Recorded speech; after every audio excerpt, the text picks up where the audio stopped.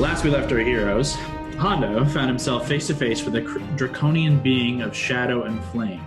Speaking with the creature, Hondo diffused its initial rage at potential thievery, and instead found it open to trade of information or items of arcane power. Bringing it back and introducing the dragon named Jorascul to the rest of the Wildcards, it began a long negotiation of items and of knowledge. Not wanting to part with anything of real value and use to your team, and attempted exchanging the location of the Scourge Heart, albeit the false location, for information about the city of Kas'Tyrian and its Shadowfell connection was put forth. This thread of negotiation began, but ultimately the dragon shifted its focus when it learned that you had some powerful arcane practitioners in your midst. It was in need of an arcanist of some sorts to free itself from the shadowy curse that shrouded its form. Unfortunately, you did not have the capability to cure its ailment, and instead you feigned knowledge of what you should do, and instead set your friends in position to battle as Gord attempted to dominate Jorascul. The dragon resisted the charm, utilizing its legendary abilities, and unleashed its shadowy flame breath upon Gord and on Hondo, and the battle was swift, though the dragon was powerful. You wisely spread out and avoided its powerful breath weapon for the most part, but it was Mary who bore down on the creature with intensity. Drawing her Dragonslayer longsword, she unleashed attack after attack on the dragon, and it would have fled after suffering this first barrage, but Hondo began making his way towards the hidden cave and the horde that lay within. Jorascul then dove down and followed him into the tunnel, and with a wave of shadowy flame, Hondo was brought down, and with all of you too far away and out of sight, he would surely have died by this dragon's bite and claw. However, Mary, with her summoned Pegasus, courtesy of the relic fleet of the Valkyrie, she flew forward, blades in hand, and utilized every ounce of strength and will to slaughter the beast and save your swashbuckling friend. With that, the armor ignited with golden light, and its power surged through Mary, the essence of the Valkyrie imbuing her with speed and grace, and thus the battle ended.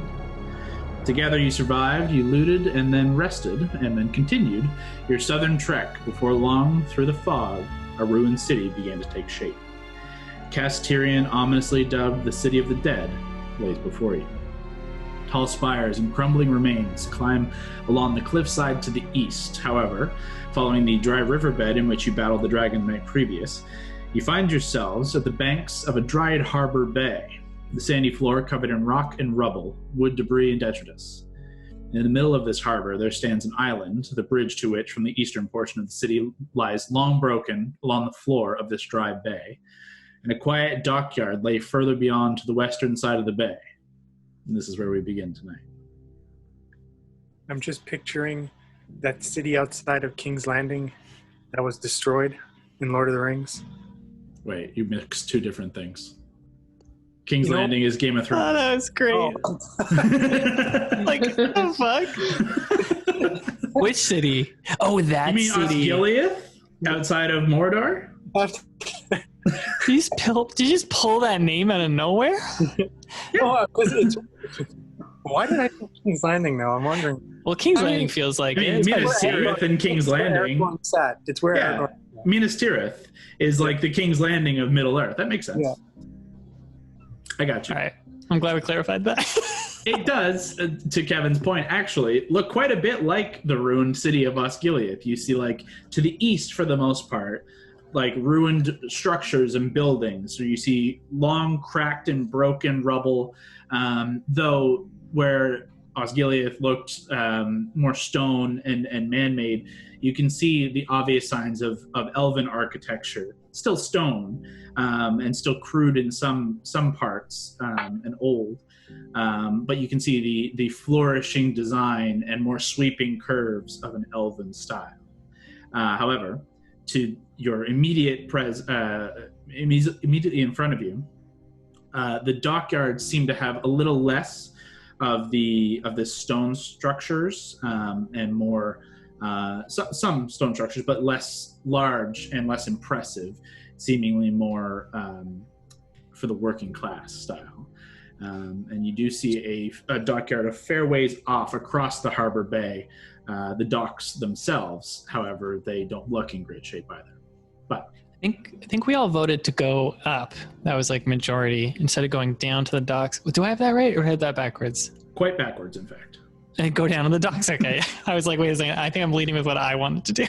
You guys could. It was voted to go to the harbor bay, but Yeah. this is why I started here. But if we want to change that direction, you change the direction. Yeah, the very last note I have is going out to the bay. Yeah, So let's do that. You're standing on the edge of the harbor, basically, of the bay, where the dry riverbed would open up into a larger bay area, though all is now sand and rubble. You look up in the sky as well, and it is just after, actually fairly after midday.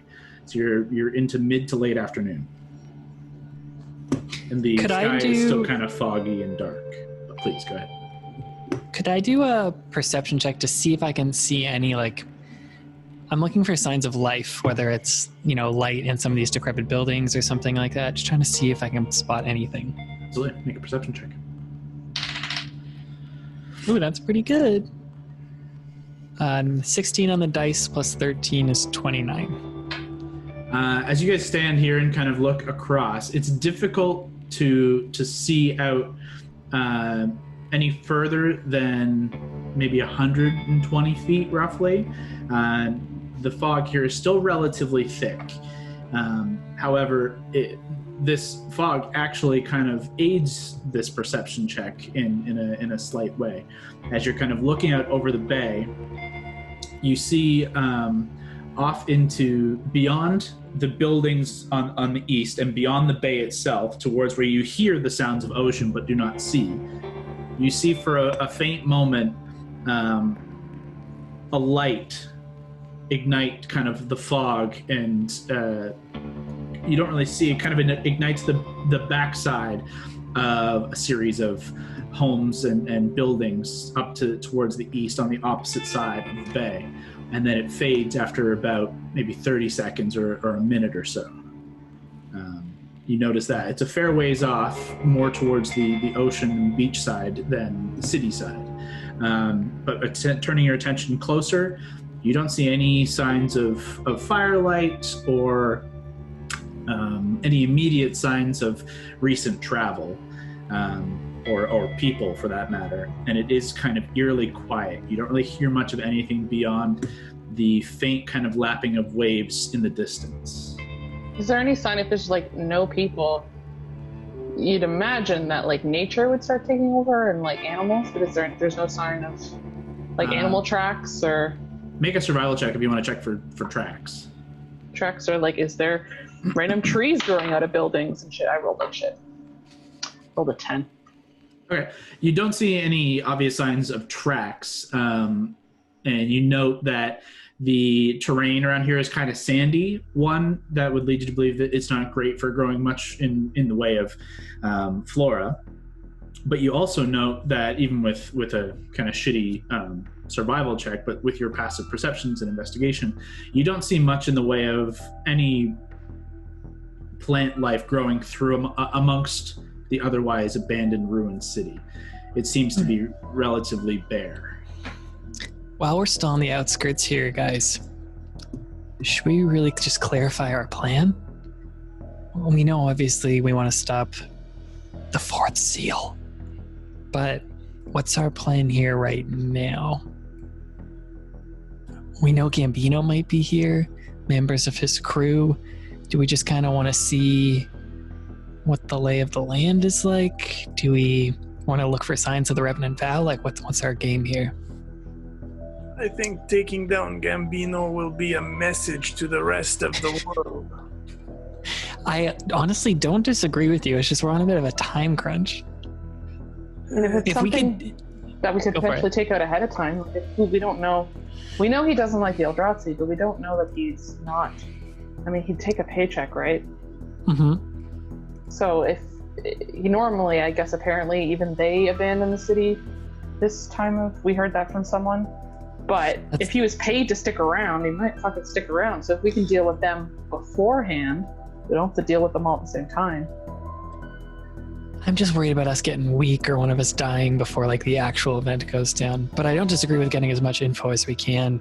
And if we can kill two birds with one hondo, I'd love to do that.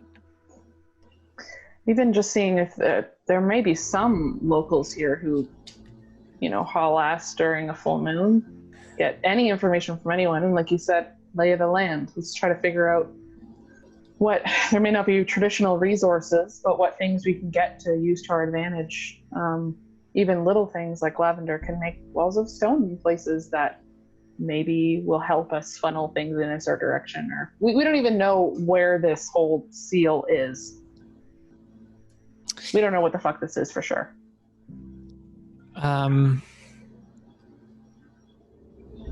We should also stick to the plan of we are mercenaries, swashbucklers looking for work. I think that's a good in to just kind of talk. We've heard that there's work in Kas'Tyrian. Maybe that's just if we encounter any locals, that's what we can lead with. Yeah, okay. Good idea. Just want to make sure we're all on the same page. Don't do some classic wildcard shit and just announce our presence.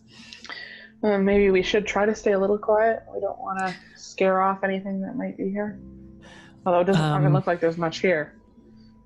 What relics are really obvious? I'm wearing the Warden of the Fae. Hondo has Whisper. You have the Valkyrie thing. My armor's pretty shiny. Let's try and keep some cloaks on. Just try and hide some of that stuff.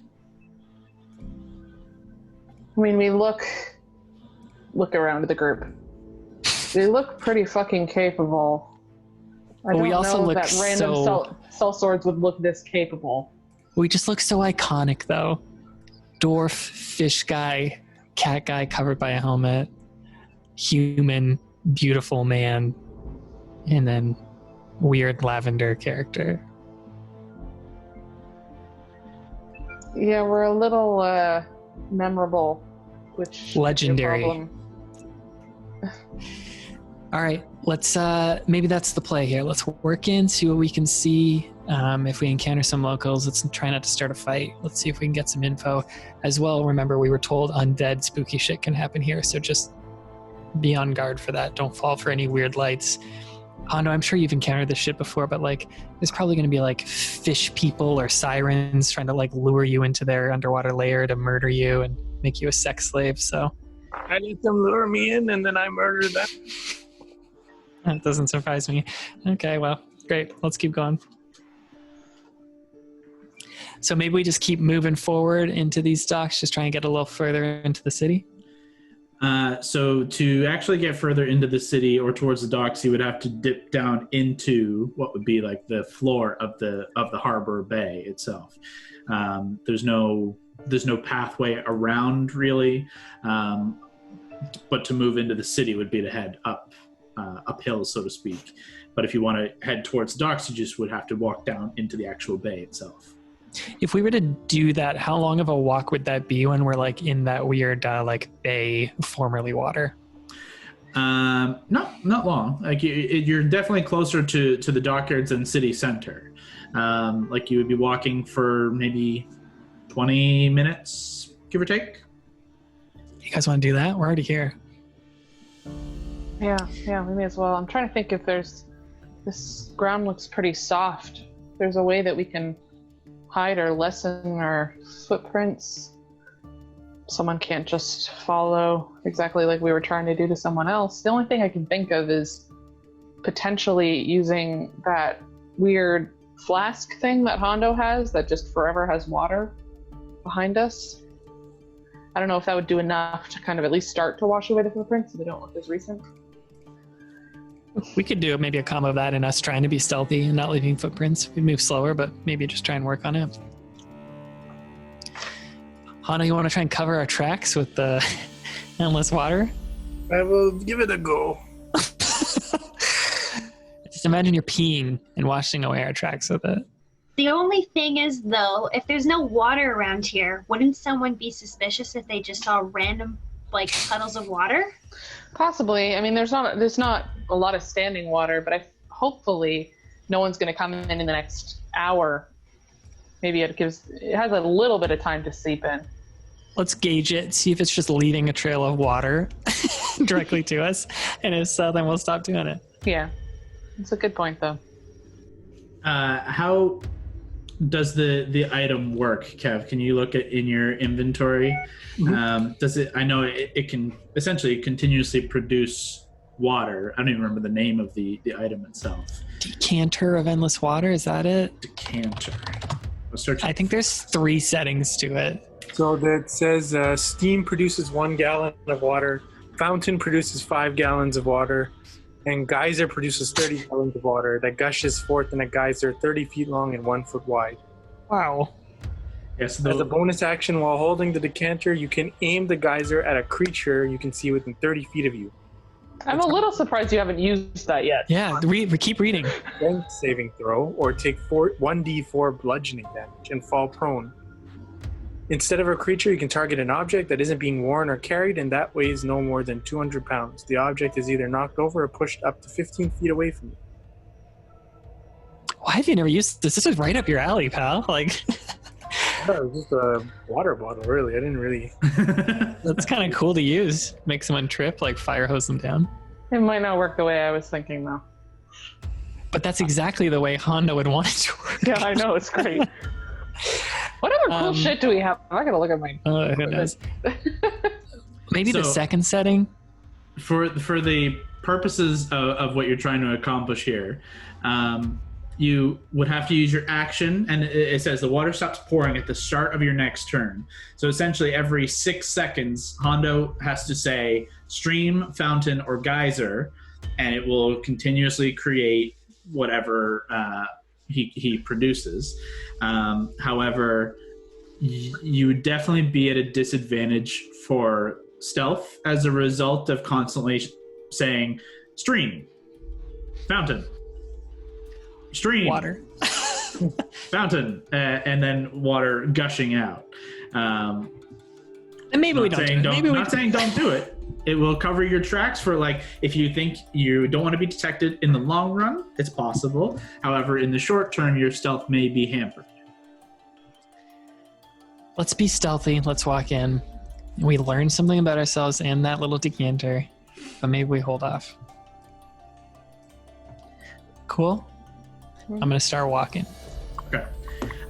First things first, have everyone make athletics checks as they make their way down the kind of sandy, rocky banks of the bay here. Getting those not important rolls out of the way early, folks. Just getting high ones on those. Not great for the Hondo. Opposite for my boy Hondo. This is athletics. So, Allie? 21. Scott? 22. Hondo? 11. Mary? 18. Gord? 14. Okay. Val, Scott, can you roll for Lav as well? Oh. Do you have your character sheet already? Okay. It was a 19 and it bounced off the table, so it's actually 7. Okay. For the most part, with Valentine taking the first step and sliding down, Alana following rather gracefully behind, the two of you kind of slide down and scamper down and kind of run to a stop at the very bottom, but relatively quietly and safely. Mary quickly taking a path away from the rest of the group, just slightly, just to give her own path, easily does the same. However, Hondo, Gord, and Lavender all try and go at the same time in the same kind of trajectory, and it's just suddenly a tumble, and all three of you kind of skid down. You each take 3 points of bludgeoning damage as you all just like tumble into one another, and you see a large kind of bunch of rocks like come and fall down alongside you, but you land prone, all three of you kind of in a pile, but nonetheless are now safely on the ground. It's like where you fall, accidentally lay down or fall in slightly wet sand. That shit's like never coming out of the crinks of armor, ever. Guys, are you joking? Let's focus up here, okay? He's so bossy. Let's have everyone go and roll stealth checks as you guys make your way quietly, and we'll treat this stealth for the purposes of how well you're able to mask your footprints as well as your just sound of travel. Hondo, very well. Oh my god, Hondo, good job. Natural 20. This will be a high DC based on trying to keep your footprints as well as just regular quietness. Hondo, obviously, pretty damn good at both. What was your total? Ooh, that's cool. Kevin? What? What was your total? Oh, 20. I think my stealth is 50. It's a lot. I just want to know. 15, so 35. 35. Yeah, very well. Alana? 16. Also need you to roll for Keith. Oh. Val? I got 18. Okay. And same with Lav? Sorry, not 18. I got 28. Sorry. Lav got 9. Gord, you should say what you wrote in the chat because that's cool. I'll cast one with shadows. I think that relies on you staying still. And you're not really in shadow. Like it's somewhat dim light, but not really. It's still kind of out in the open, but I think the invisibility breaks when you move. I think. Correct me if I'm wrong. It does. I mainly just meant like when we were standing around. When you take a moment to hold up, for sure. But in the meantime, I need a stealth check just for covering your tracks. What did Keith roll? I rolled a 15. Oh, okay. Not bad for Keith. Attaboy, Keith. Mary? 26. Oh, sorry, 27. Okay. And Gord, what was yourself? 21. Ooh. Nice. Okay. For the first 10 minutes, 10 minutes of your guys' trek across, it's kind of a weird travel on like you can feel like on the bottom of what once was a harbor. As you pass, you see signs of like old broken barrels and crates that have fallen off of ships or potentially just fallen and been thrown overboard. You do see signs actually of some destroyed like rowboats kind of scattered amongst other rubble and half buried in sand.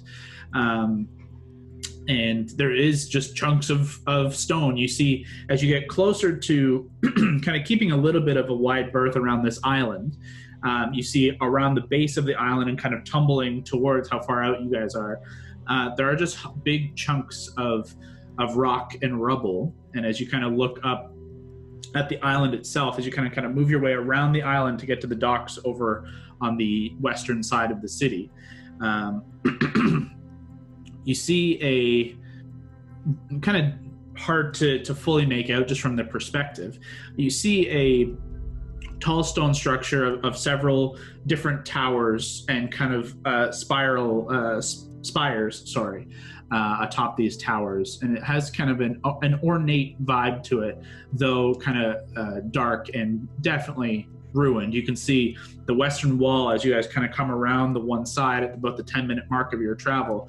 You can see the western wall is more or less caved in entirely, and one of the towers is more or less destroyed as well. You see a couple of other structures atop this island as well, but too small to make out from your position at the bottom of the bay. Can I ask a question? Mm-hmm. When you mentioned destroyed, do you mean like, is there any way to tell what destroyed it? Like, are we talking like there are impact craters on these from like bombardment, or it like looks weathered from time? It would require getting close to really investigate. How about, while that's still on the table, how about like the ships we passed, those little rowboats? Does that feel like that's just like weathered or anything like that, or? You do pass some, and in some cases, like the crates and boxes look like they have just been weathered over time, and you see some that have obvious signs of having been underwater for a long time, but now lie bare and bone dry. Some of the boats you notice seem to just have natural break, like a hole in the bottom of the boat, like would happen over natural time. Nothing seems exploded or destroyed here, but it all does seem, with your passive investigation and your party's collective passive investigation, old. very, very old and weathered, having been exposed to the elements for a long, long time. Okay, cool. You all also notice, at least those of you with a passive perception above 15, very obvious, heavy dwarven footprints, semi-dainty footprints of a changeling, and very heavy goat footprints are being left in your wake. I meant like we're going in circles, which would have been really concerning. I was like, fuck. That's okay. That's okay. It's going to be hard with the goat. It's going to be hard. You can see that, unfortunately, most of you are very stealthy, but there is at least 3 obvious sets of tracks that if you were worried about anything following, they could follow. But there's nothing you can do about that as of now, unless you do want to give something a shot. But you're about halfway across the bay, and another 10 minutes of trekking gets you towards the western kind of dockyard. And you can see now, as you get closer and closer, and you're leaving behind the island and the larger city to the east, you can see here where the bay would have opened up into the ocean, would have immediately been right here. However, you can see the ocean is further away from this bay. And you see a long kind of rocky shoreline, a rocky and somewhat sandy beachhead kind of stretch out maybe about 35 feet from the edge of this bay out to where the water actually starts. And you can see this kind of beachhead runs the full length up both sides of the sides of the edge of this southern exterior of the coast. It kind of runs along, and you see along the coastline, this jagged coastline to the east and somewhat to the west, but directly to your west stands the somewhat decrepit creaking. This creaking sound now kind of fills your ears, as well as the lapping of waves. Creaking of old dried wood. As you see several intact docks, but several more signs of long destroyed and fallen apart docks lying on the bay sand floor here. But you do also see some structures up along the above you once you get up out of the bay. What do you guys think? Do you want to go up to those structures, or do you want to even try and go to this weird island? Hondo, what do you think? I'm thinking the island. I'm kind of intrigued by the island myself. What do the rest of you think? The island is interesting. I'm wondering if we could send something ahead to scout it out, just to see what we might be getting ourselves into. Don't walk into an ambush. Do you have Jamichael equipped, Hondo? He does not. An hour, I can do it. I might as well just walk there. How long do we gauge it would take to get to that island, Kyle? Well, it took you guys about 20 minutes to cross around and get to this dock area. So about 10 minutes to walk back to the island, but then it is scaling up to it. There is no easy way. You will have to climb a somewhat sandy, rocky, island base. But, I mean, easily enough done for the majority of your party, and you have plenty of different items and abilities to get yourselves up there. So within 10 minutes, you could be on the island. Yeah, do you guys want to go over there? I was thinking, I know we don't want to attract attention, but Hondo, if you want to fly the carpet, I could ritually cast Detect Magic. It takes 10 minutes. If I just ride passenger with someone, whether it's Keith or the carpet, I could start casting Detect Magic. By the time we get to the island, I could have that concentrated on, and it would last 10 minutes. So then I could just use it and see if I spot anything as we're going along. Another idea. Lavender, would fly work on Keith? I mean, yes, probably. There's a way for us. I can have a mount. I know we don't have Fern, but between Keith, someone sitting on Keith, And the Pegasus and the carpet, we could not leave tracks. Do you want to use Mira already? She lasts for 8 hours now. Pretty true. That's pretty cool. What time of day is it, Kyle? You guys are looking at it like late afternoon now? Mid to late? Mid to late? 1, 2, 3. I mean, I cannot. If Lavender's comfortable enough casting Fly on Keith and Elena rides him, the rest of us will sit on the carpet. Right? Am I doing that math wrong? No, I think you're right. No, those where I think we're one person extra, right? Lav can twin spell fly. It's up to you. Let's do it. That's fun. I think that's a fun idea to have a flying goat. That's kind of cool. So if Lav twin spells fly on her and Keith, Hondo rides the carpet with Gord and I, and then you're on Mira, that works. Yeah, right? Like I said, if for some reason, if you're concerned about it's noon, that means I'd have her till 8 p.m. It's a question of whether or not we'd need it past that. But like you said, we have other methods, so. I think we'd be okay. I think it's cool. All right, that's fine. So I'll try to get my Pegasus. Okay. Think about making it a little sunnier. For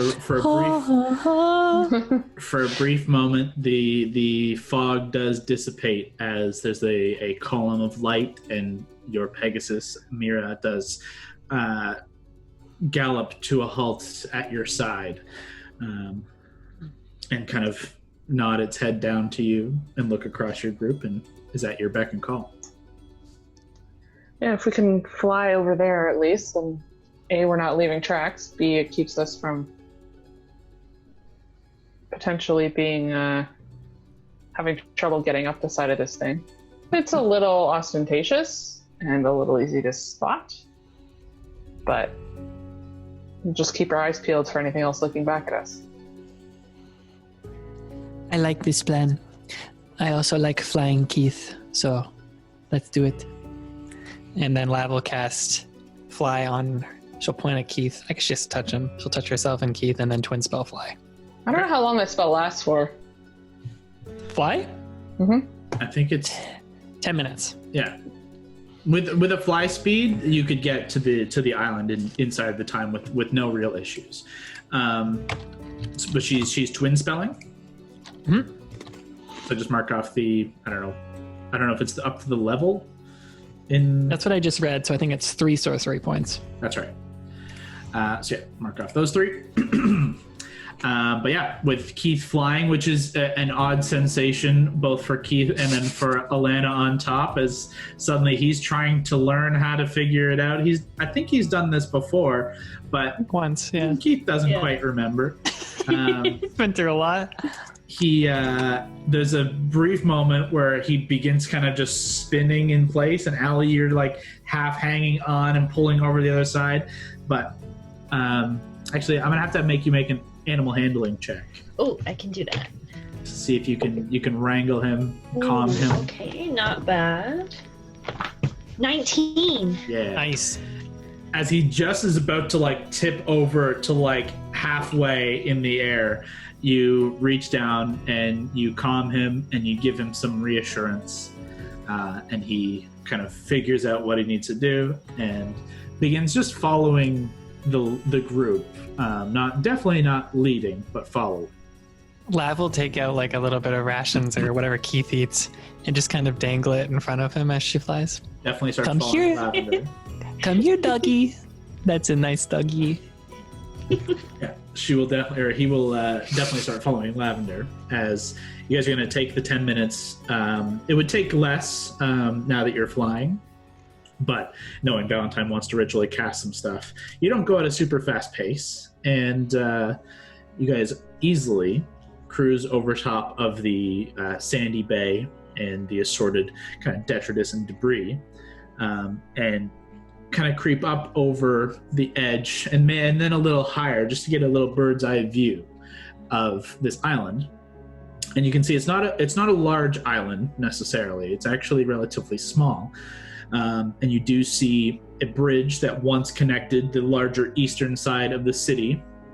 You see both sides on the island side and the city side, the beginnings of the bridge, but the middle section is all caved away and lies in large chunks of long weathered, destroyed stone and wood within the bottom of the bay. However, the island still has a couple of simple looking structures of stone.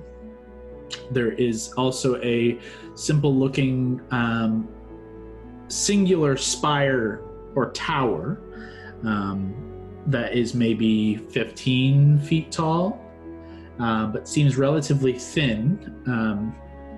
And at its point, you see kind of an open domed structure with several arches completely open, but there seems to be nothing within. The main focal point of this island, however, you see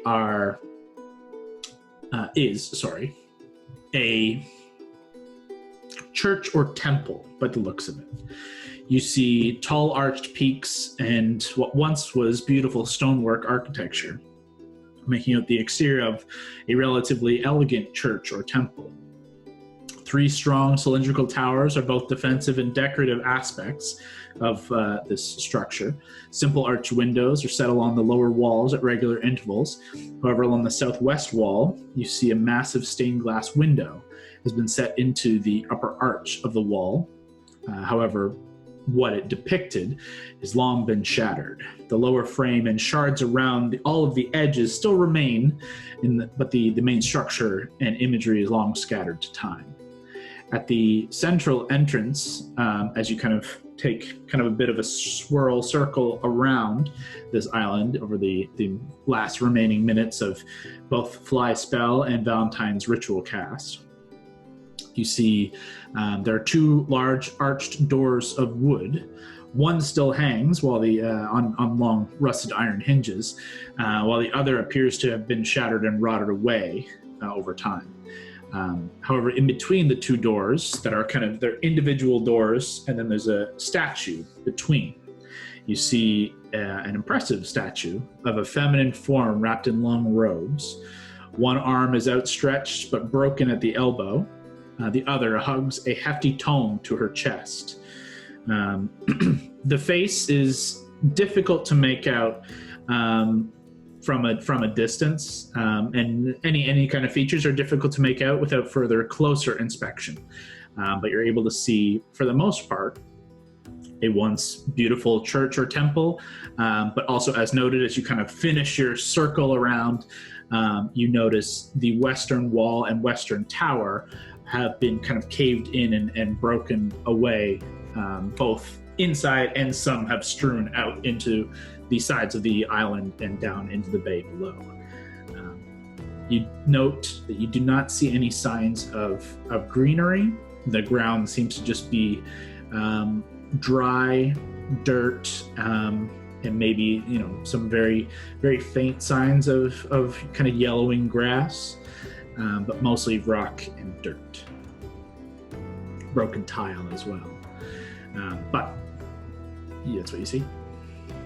Is there any signs around here of like birds or like any other animals? Like you'd imagine a lot of busted tall towery things, or like nests would probably be in there. Or make, as you're flying, Mira, so you can make a kind of a closer investigation check, some of the higher points. So make an investigation check. I'm just trying to see if there's like any life here, if there's something fucking weird. Oh, I rolled a 19. Investigation? Mm-hmm. So that's a 30. Okay. You you swoop low and close to this tall singular structure, and you kind of get close to it, and you look up within. There's like a kind of a domed roof, and then these archways that are open across the entire exterior. Set on the floor, you see an open hatchway that would lead down into the interior structure of the tower. You also see, set within the base of this dome, a large metal brazier that is empty, but seems to be once a beacon tower or potentially a lighthouse type structure for this area. But as you kind of make your way around, flying around, you do see several kind of nests up within the dome itself of some dark feathered birds, crows or ravens. All right, so it's not like this place is poisonous to life or anything. We just haven't seen people. Okay. Better not be some fucking crows, I tell you that. Okay. I'll kind of look at the places that are following me, kind of like as to what Valentine was saying earlier about, like, are they broken down? Like, does it look like it was attacked? Or just as I return to the group? Yeah, one last thing, as you return to the group, with your kind of critical eye, just as you leave that tower and are making your way back towards the group, who are collecting, we'll say, in the middle of kind of an open space in the middle of the island, you hear just the faintest shift of movement and a faint move within shadow of someone just ducking below the hatch or something, anyways. Okay. I'll still return to the group, pretending like I didn't see anything, and just let everyone know. No, I was concerned there wouldn't be, any animals here, because I haven't seen shit. There's birds. There's also something that just disappeared into that tower. Wondering if it's worth it to play it cool and pretend we didn't see anything, or bust the door down. Mary, make a stealth check for how quietly you can whisper this. Oh, no, like, I'm coming down. I won't say that until I get down and meet the rest of the group. I understand. Oh, okay, sorry. Stealth? There's no real, how quiet can you be? Whisper check. 27? Pretty good. Continue. Kyle, has my detect magic ritual over? I would say you guys specifically take the full 10 minutes. Keith and Lavender's fly ends. You safely land with the rest of the party, and detect magic does finish casting for you.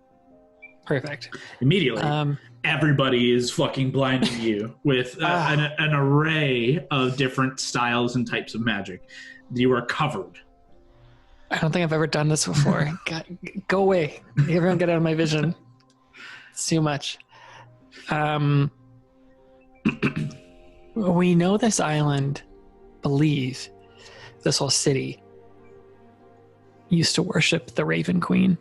I wonder if you said it was a feminine looking statue, right? The big statue? Seemed feminine, but it was difficult to ascertain any real information from a distance. But you can get up to it now. So feels like this, I don't know, this whole island could have been a temple to her.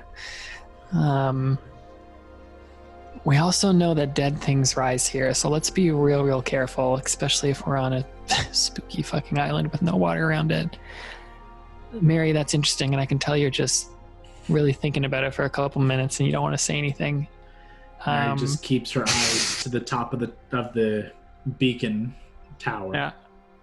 Very subtle, Mary. I like it. Literally just came back to something. No, I was just stalling for time, basically. I was just saying we do know this is a temple, or that they worshipped the Raven Queen here at some point, and perhaps that feminine statue was of her. Kyle said we could move closer to that, and yeah, maybe we start moving closer towards this dome.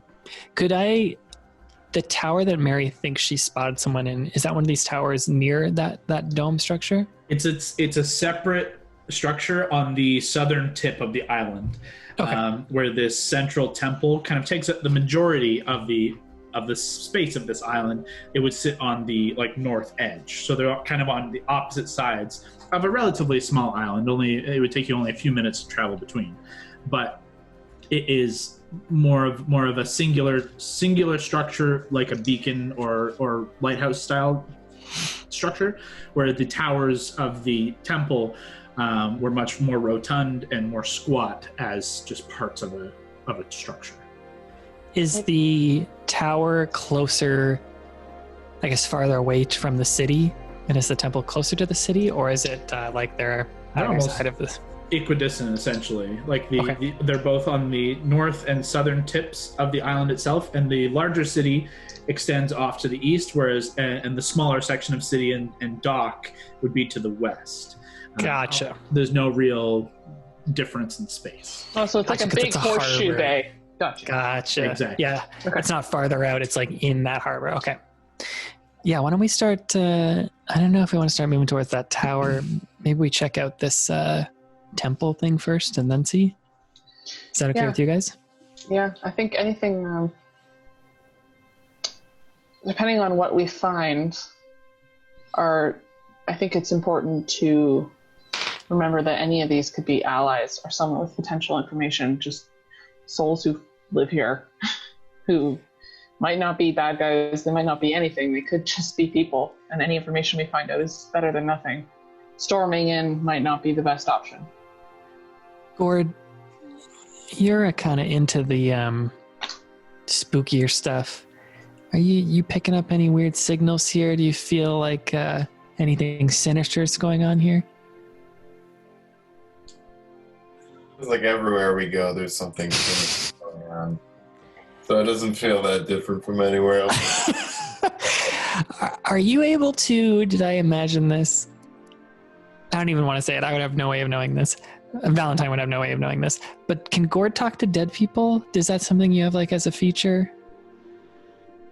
The spell would be Speak with Dead if you do have it. I thought one of us had that. Neovir did.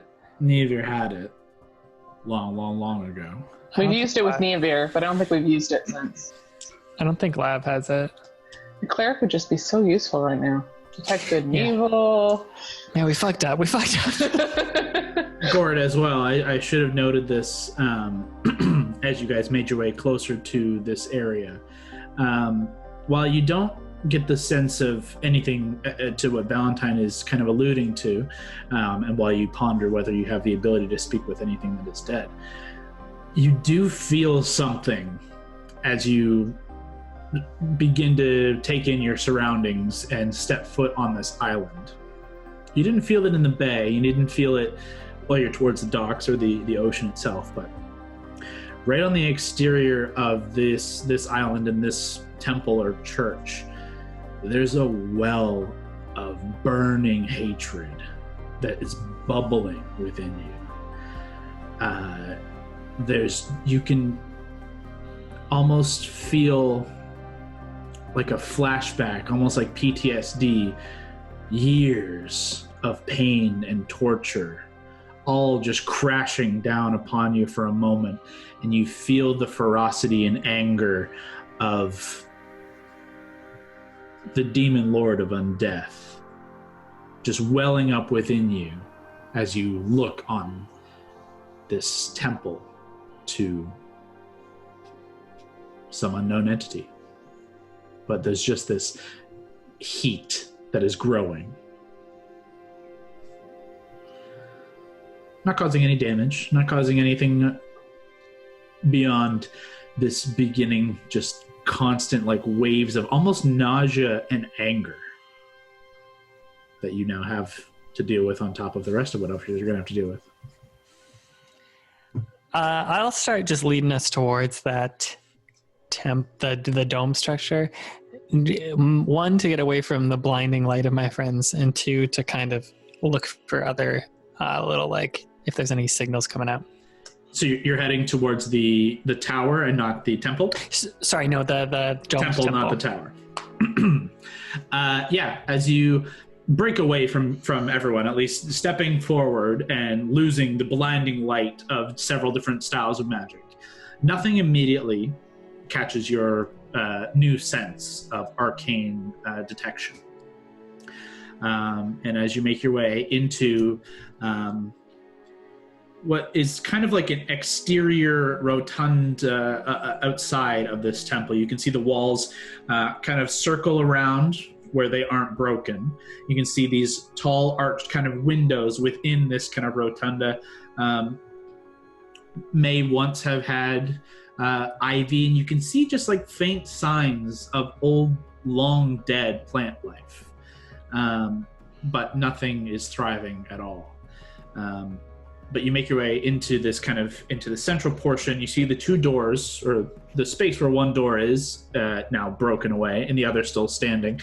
And you do make your way face to face with a rather imposing statue.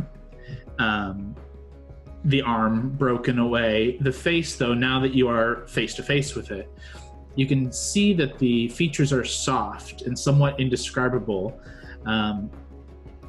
Whether as a result of erosion from years of exposure to the elements, or by the artist's kind of decision making. It seems very smooth, but as if looking out beneath a veil of lace or cloth. You see the face's cheeks are soft, and the edge of a nose is long, kind of worn down. And you can almost faintly make out that there are eyes beneath what looks like a kind of marbled veil over top of the face. If you want to make a religion check, you can. Not great. 11. With a DC of 10, with the previous idea that this is devoted to the Raven Queen, you get a pretty good sense that this fits the bill. You're not 100%, but you feel it's pretty close. It doesn't spark anything else, despite the fact that you don't see any Raven iconography just yet. Perhaps there's some elsewhere, or there was some when this wasn't a pile of rubble. Do I see any of those birds nearby? None. You see nothing directly in the exterior of the temple, at least. Okay. What are the rest of you guys doing while Val makes his way close? I'd say following. I'd probably recommend that we try to stay to like sides and shadows. Just try to be quiet. Okay. Don't announce our presence. Gord, at this point, there are plenty of places in shadow if you wish to post up on the exterior here within a shadow, as you had previously said. Let's do it. Okay. That's cool. I think the only one who would catch that would be Hondo and Val. The two of you watch as everyone starts to kind of make the way. Even Val, actually, you're kind of ahead. So Hondo, as everyone begins to make the way in following Valentine, Hondo, you just watch Gord just kind of fade away like shadow. And he's just not there anymore. But the rest of you make your way into this kind of, as I said, what would be a garden kind of exterior, but there is just no life. And there's a single statue. You can see through the open, fallen away door. There is another room beyond of stone, though all seems dark within. I'm gonna keep moving. I'll wait for my friends to catch up. I don't want to do this all alone, but as they start to get close, I'm gonna start to move a bit further in. I'd say they're there now, so you can make your way forward. Okay.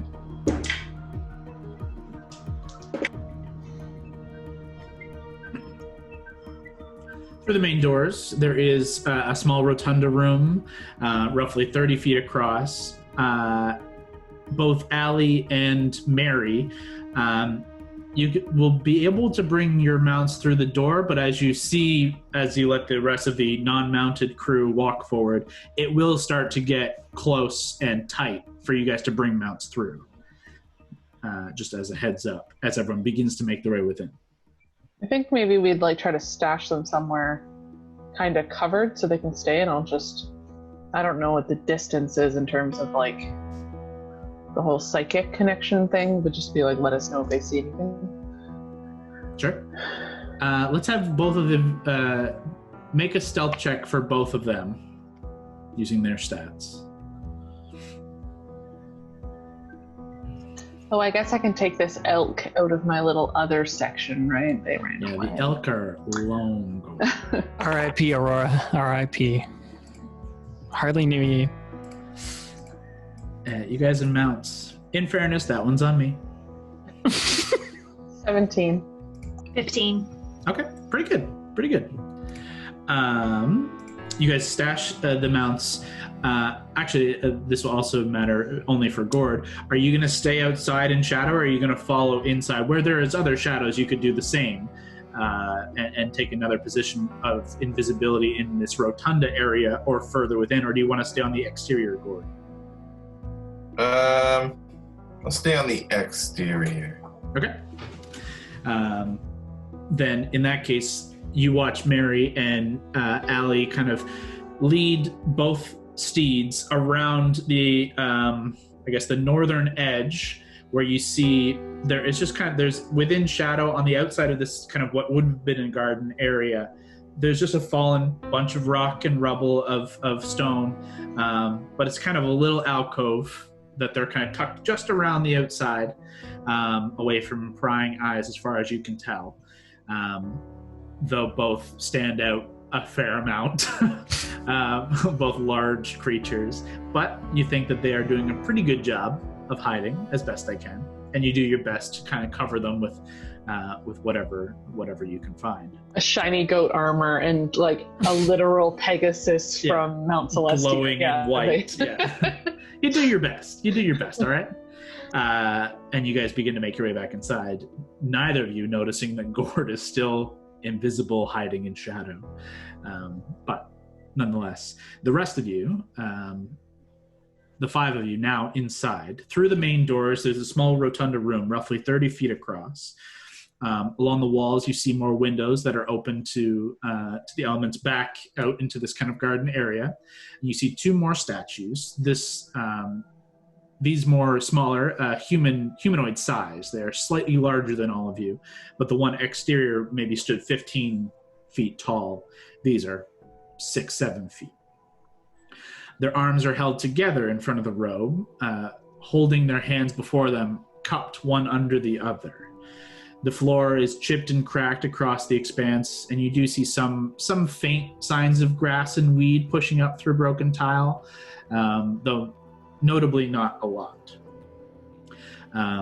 You see a single pathway beyond this rotunda despite the 2 exterior doors, and you see through, without going right inside, you see the main structure of the temple lies before you.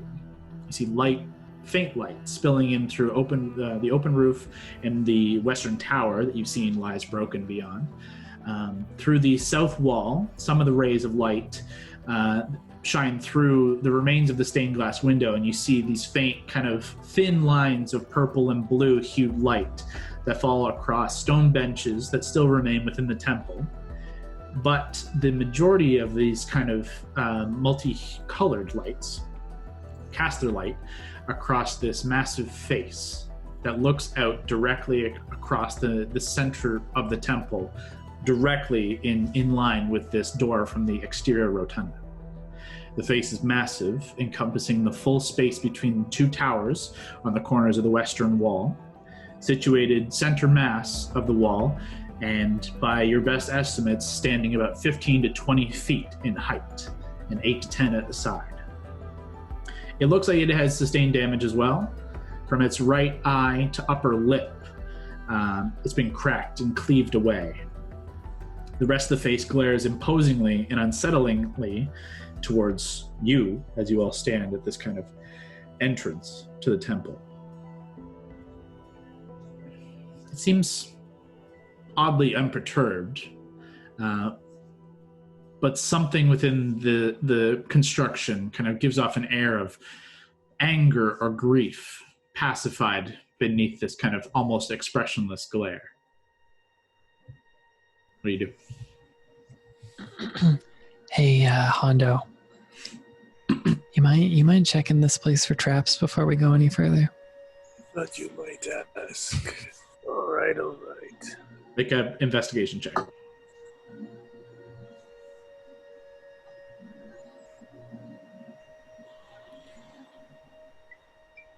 And 7 on the dice. my investigation is 11. Okay, 18. So 18 total.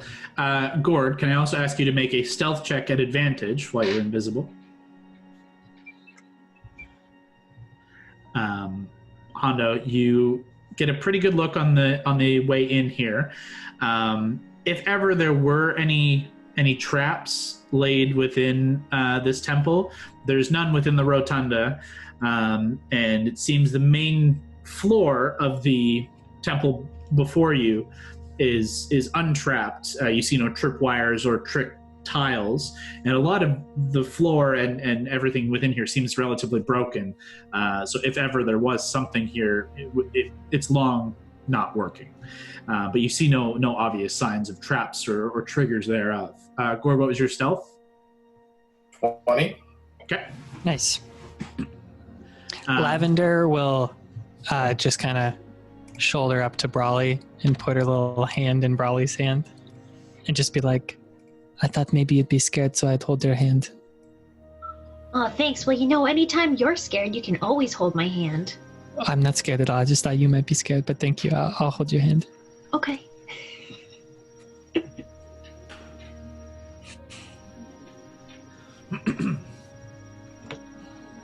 Don't mind me. Just rolling.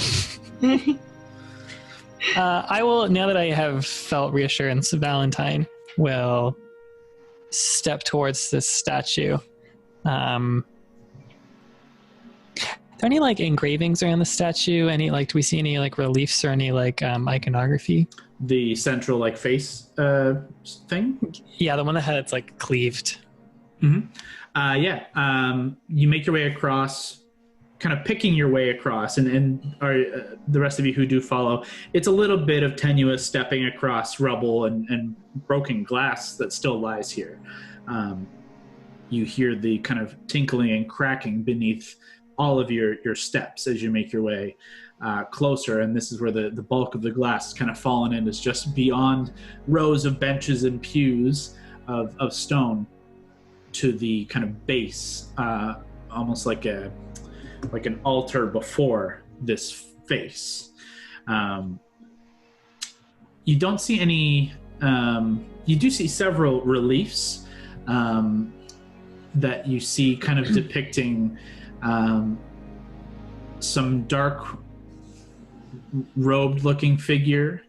You see several depicting ravens kind of all about the upper exterior of the room.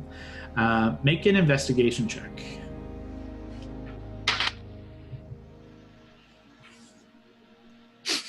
I'm do I like rolling low now because it means maybe it changes later? Investigation, this is 15. Okay. You see a bunch, and all of you would see a bunch of raven, small square kind of reliefs, pictures of ravens in various kind of states of flight or perched, kind of all around the upper echelon, upper exterior of the temple. On the walls around the face, you see a couple of little alcoves within which you can see have been painted some kind of like a dark figure in dark robes, and there's this kind of large veil. You see no real face depicted beneath. Unfortunately, that's kind of all you see so far in terms of artistic representation. But as you all begin to kind of follow in Valentine's lead, at the kind of very bottom, on the opposite side of the altar, beneath the mask, this massive mask face, you see several small items. You see a heart-shaped locket of some potentially brass or copper. You can see it's rather weathered. You can see the green of the metal kind of turning around all of the edges and the hinge of this locket. You find a stone kind of petrified looking rose, just the flower part, no stem. You see a simple silver ring rather beautifully made, but otherwise simple. There's a faint kind of swirl to the band, but nothing, no gem or anything. And you do actually see a handful of coins that have long gathered dust, and you see maybe a handful of, there's like 5 gold and a few more copper.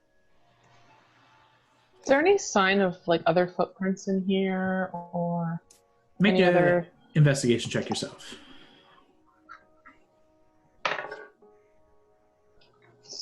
28.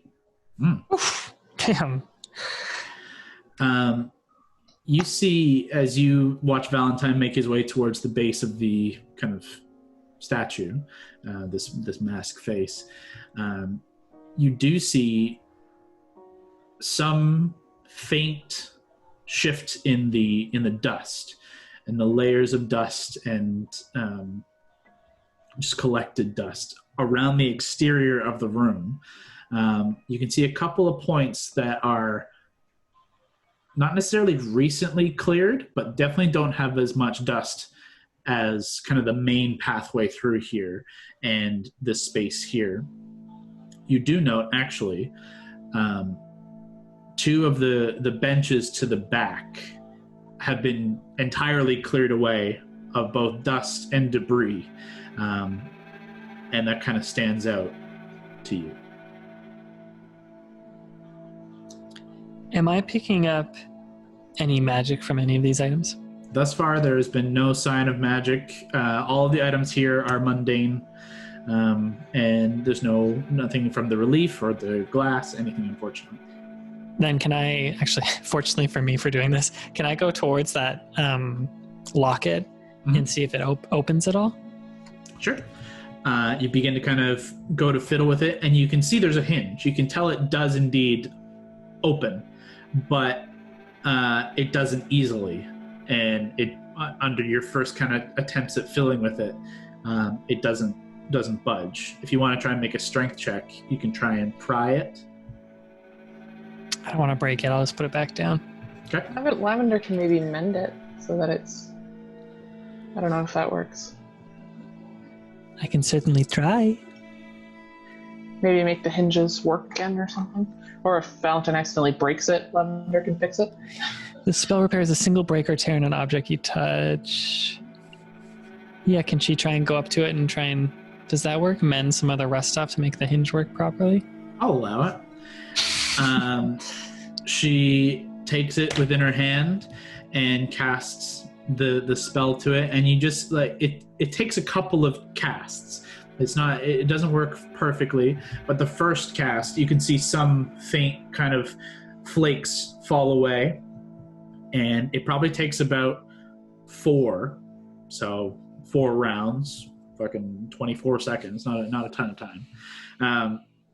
But yeah, 30 seconds or so of focusing and casting the spell, and her hand is kind of covered in this faint greenish flaking pieces of metal.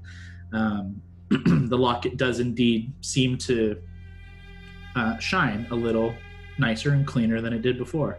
And in Lavender's grasp, she kind of clicks it open, and it does part.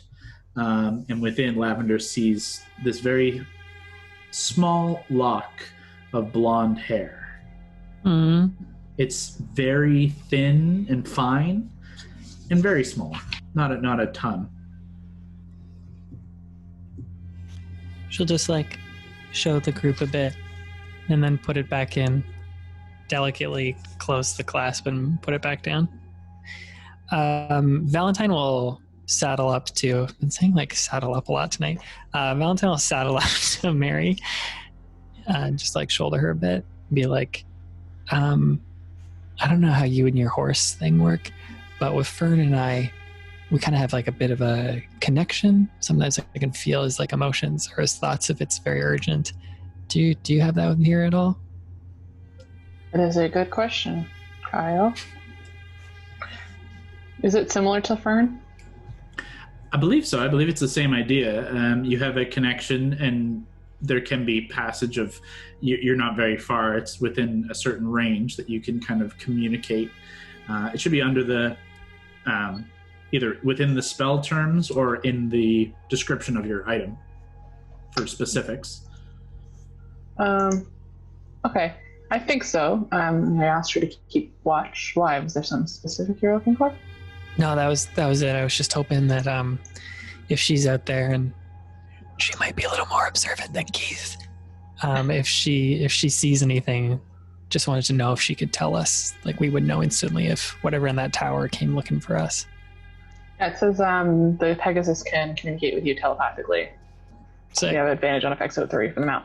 So I'd imagine it's basically find greater speed. Kyle, is that kind of like, so it's the same as, okay.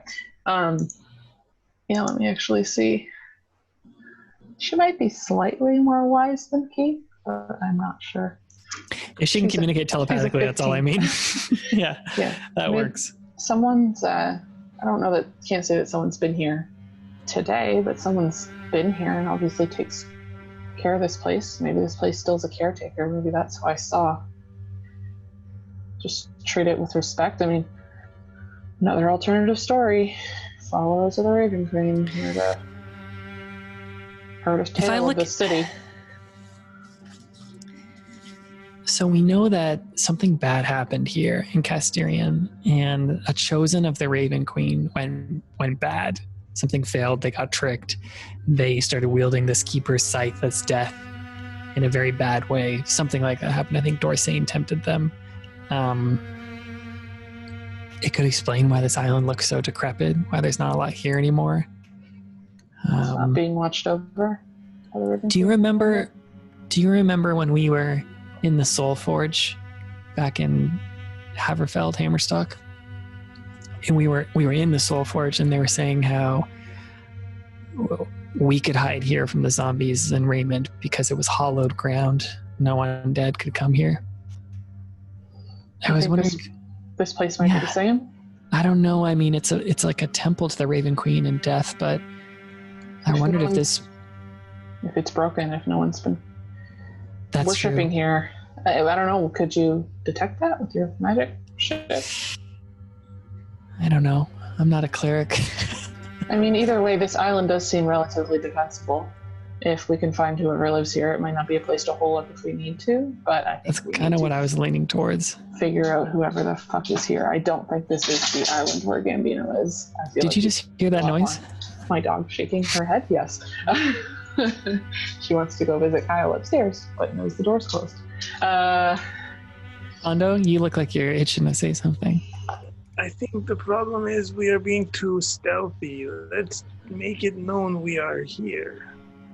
God, I'm so happy you verbalized this impulse you just had, because usually you just do something when you feel this. Hello. That's it. But, well, I think someone does know we're here. Someone saw me. Do you mind creeping around a bit more, Hondo? You're the stealthiest of all of us. Do you mind, I don't know? Brock, I sent you a message in the Zoom chat, just a heads up. Is there another place we could look, Kyle, in this room? Is there further into this temple? You see that where the western tower is kind of destroyed, there is another tower that is untouched to the kind of northwestern corner. You want to check out this tower before you announce your presence? I can do that. Why don't we do that? Okay. Go ahead and make investigation, Kev. All right. I'm going to rush to the bathroom. My investigation, I think, is 11. So I rolled a 3. That's 14. Not your best, but you make your way across the temple structure here, and within a simple arched doorway into this kind of tower. And immediately you see a couple of not chests, but wardrobes, size, kind of like a pantry size cupboard. The doors of which are open and empty. You do see there are within, as you kind of begin to kind of poke around, 2 rats kind of scurry away from near within one of these cupboards. And for the first time, you see actual life going on.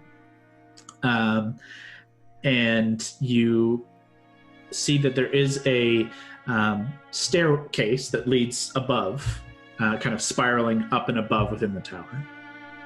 I will note, as well as part of your investigation, you don't see any signs of traps, but you do see some faint sign of disturbance in the dust. This has been traveled. How recently, you're not sure. Does it lead anywhere? Like, could I follow it? The tracks or the stairs? The dust. You said the disturbance. Is there? Yeah, the tracks seem to go either up or down these stairs. There's a path going up or down these stairs. I'm gonna go up the stairs. Okay. You begin to climb up around, and it's just kind of a winding stair. And every now and again, there's a small arched window.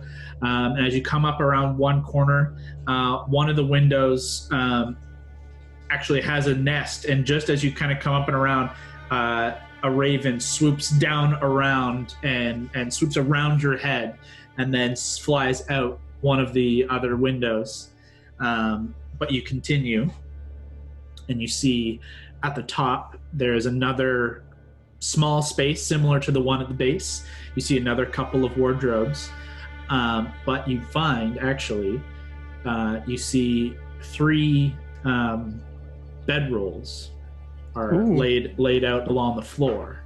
You also see a small kind of ladder and a hatch leading to a spot above. I'm heading for that ladder. Okay. And I'm gonna have my dagger ready. Okay. You climb. Make a stealth check for me.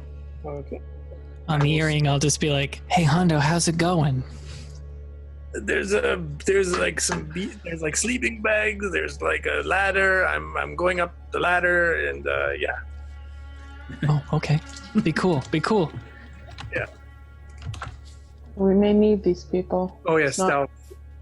So that's 15 and 14, so that's 29. Okay. Yeah, very quietly, as you quickly message back to the group, you don't see anybody in the space with you, and as you pull your dagger and prepare it, you climb very quietly, and with a testing hand, the hatch does shift, and you just kind of pop out and peer out, and you see that the sun is slowly beginning to set through the fog, and you see the fog is ever so faintly kind of dissipating.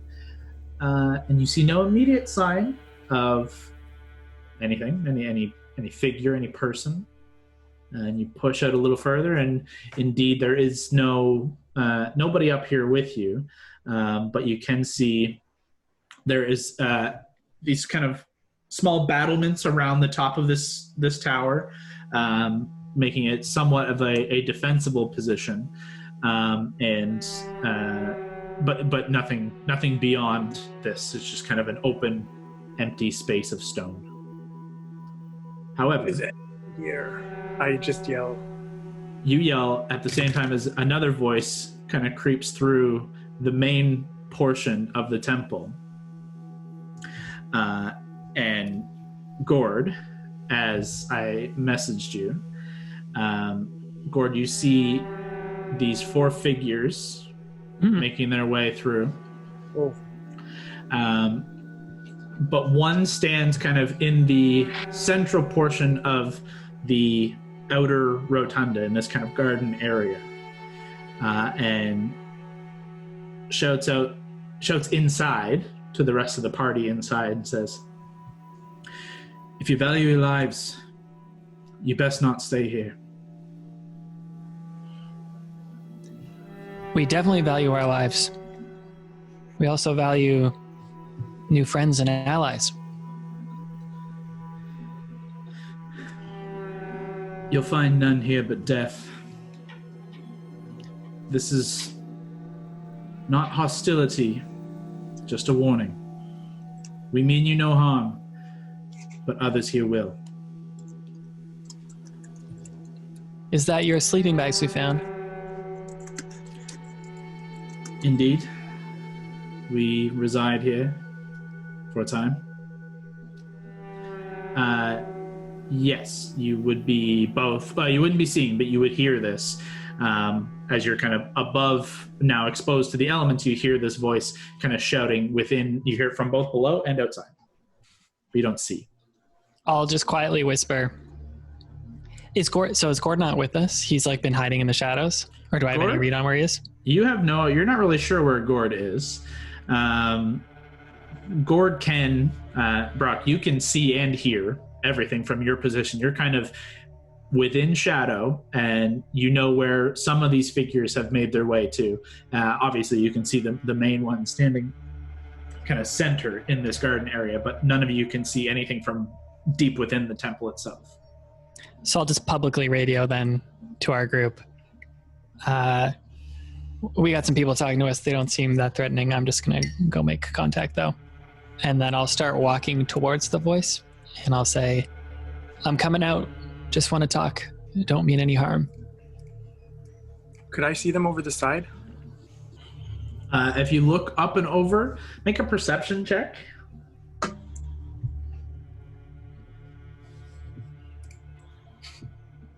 Nice. 18 on the dice. What do you add? My perception is 12, so 30. As you kind of look up and over, you actually see two figures that are wearing dark black tight-fitting clothes. And you see wraps around both hand and wrist and around kind of their like calf down to foot. And they have these kind of hooded hoods on top of their heads, kind of obscuring the face. And both are kind of set up along the upper edges of the temple, kind of down looking into the exterior where you guys came in, this kind of garden area outside. You see two of them. They're maybe 30 feet-ish from where you're on top of this battlement. But you see that they are seemingly kind of hiding and don't seem to notice you thus far. Do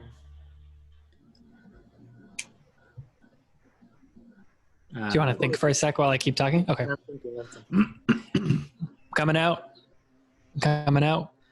Val, as you make your way to the rotunda out through the main kind of walkway, you look out and see through the path out into the faint light outside, a similarly adorned figure, dark clothes, tight-fitting, seems female, though you can see no sign of hair as this hood kind of sits over top, and this mask or wrap kind of wraps beneath the nose and face, kind of obscuring the lower half of the face.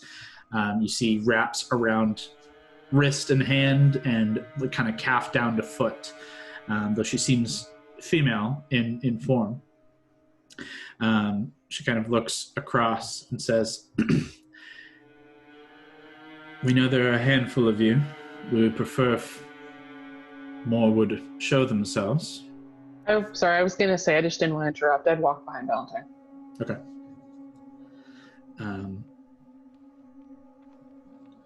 Lavender will drag Brawley along.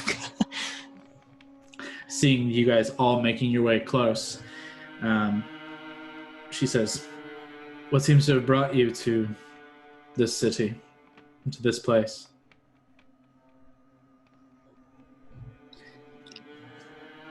Do you worship the Raven Queen?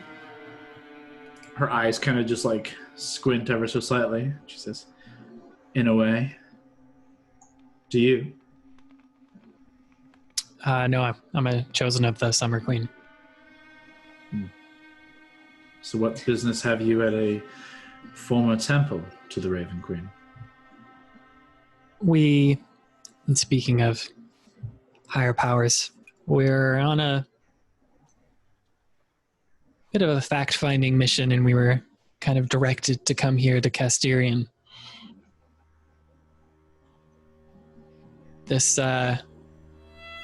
Didn't expect all this ruin despite hearing about everything that's happened here. I don't know what you expected. The city of the dead doesn't exactly lead much to be expected beyond death and ruin. How many do I see? Just her? Did someone say there was 4, or you just told Gord you saw 4? We don't know that. Okay. Gord has seen 4 and 5, including this figure. Hondo has seen 2. So it's kind of, we're playing a little bit of don't metagame what you don't know. But yeah. Would any of them have gone near the Pegasus? They did see anything or no? Beat the Pegasus' massive. She's only at 16. Pegasi. Pretty good, and definitely, and Keith as well. Just they happened to roll enough to get around her sight. Fern would have seen it. It's not a big deal, but he's not here. What brings you here to guard a temple of the Raven Queen long destroyed? Make a persuasion check. Come on, pal. This is your shit. 26. Depending on what her answer is, too, I'll watch to make sure she's not misleading. Sure. Mary, start doing your thing. Start doing your thing. If I do that, I can't make inside checks and do other things at the same time. Okay. It's like it takes all of my concentration for a minute. I didn't know how that worked. Okay. Yeah, it's full focus. No rolls, no anything else you can do except. I wouldn't be able to like talk and yeah. But if you want to, you can make an insight check. As she says, kind of tilts her head ever so slightly, and says, "We keep watch. If you know anything about this place." And as I have said, it is known to some as the City of the Dead. Many wandering souls will find themselves trapped here or led here astray by information and hope of treasure or any other reason. Fleeing the law, we've seen many a thing. But few actually expect the dangers that the city does hold. And thus we hope to keep them from falling to harm. I rolled a 25. You can tell what she's saying is true, but you think that there may be more than what she's saying, but at the very least, everything she said is accurate to her belief. Will you still be keeping watch in a few days when the full moon hits this place? Good question. She kind of cocks an eyebrow for a moment and says, "We will." Have you ever been to the Shadowfell? Before you ask that question, I'm gonna insight check against Mary. Cool. My if it helps, my deception and my persuasion are exactly the same. So you don't have to pick one. It doesn't really make a difference. So in that case, just roll a charisma check. Yeah. So it's not going to make a difference as to what, but it's not necessarily that you're not lying or anything. You asked the question. It's more how much information you know. She's trying to see what you know happens. You know what I mean? It was a 14. Okay. Her eye it just kind of eyebrow raises, and before Val, you can get that question out. She says, "And what business have you here on the full moon then?" Following something else that's going to be here on the full moon, far less pleasant than us. She kind of looks across your group and says, "I did think you were more than the average sellswords and vagabonds we see wander through, unknowing. You seem indeed to know quite a bit." Not as much as we'd like to. Not as much as we think we might need to in order to get out of this on the other side. On the other side of what? Look over around the rest of the group. Just try to gauge if there's any one concerned about me. Yeah. I'll just give a little wink. Very like, what the fuck Lavender's did that just like mean, Wink? looking off at something else, just not even paying attention. She thinks she sees a butterfly. It's nice. What was her exact question? What's on the other side of what? Yeah. Mary made a note of make sure we get on the other side of this, and the question was on the other side of what? Something to that effect, anyways. Well, we all know at the full moon, the tear between everything gets worse. The veil, everything. Have you ever been to the Shadowfell before? In a way. Have you? Yeah. You know, my sister, my littlest sister, some bad stuff went down with her. It's a whole story. I don't have time to explain it. But I owe a lot to a Temple of the Raven Queen in the Shadowfell. We owe a lot to some Shatter Kai there that helped us. So, if you are aligned with them, I'm inclined to trust you. And I would love to prove that to you. Make a persuasion check at advantage. I had to bust out 2 notebooks for that. 19, so this is going to be real high. Like 32.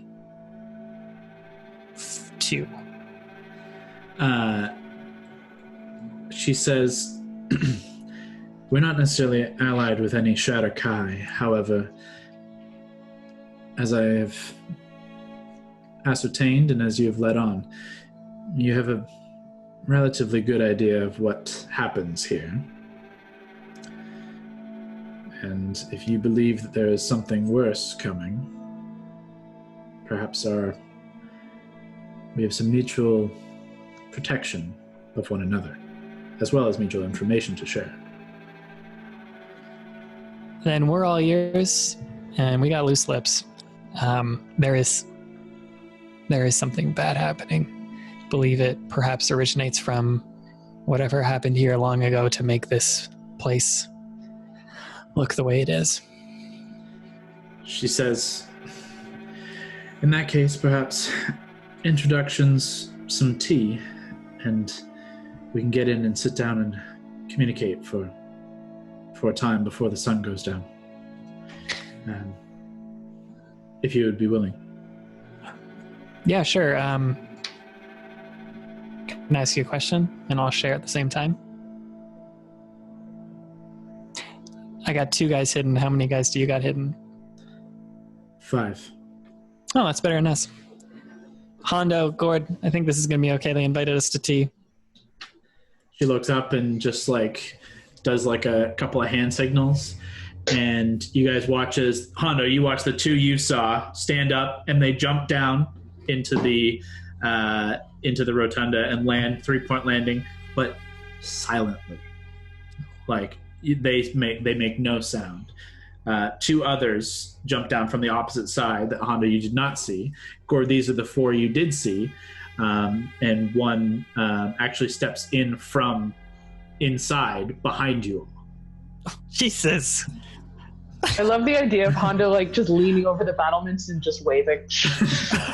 As he did. Within a short amount of time, the group is presented, and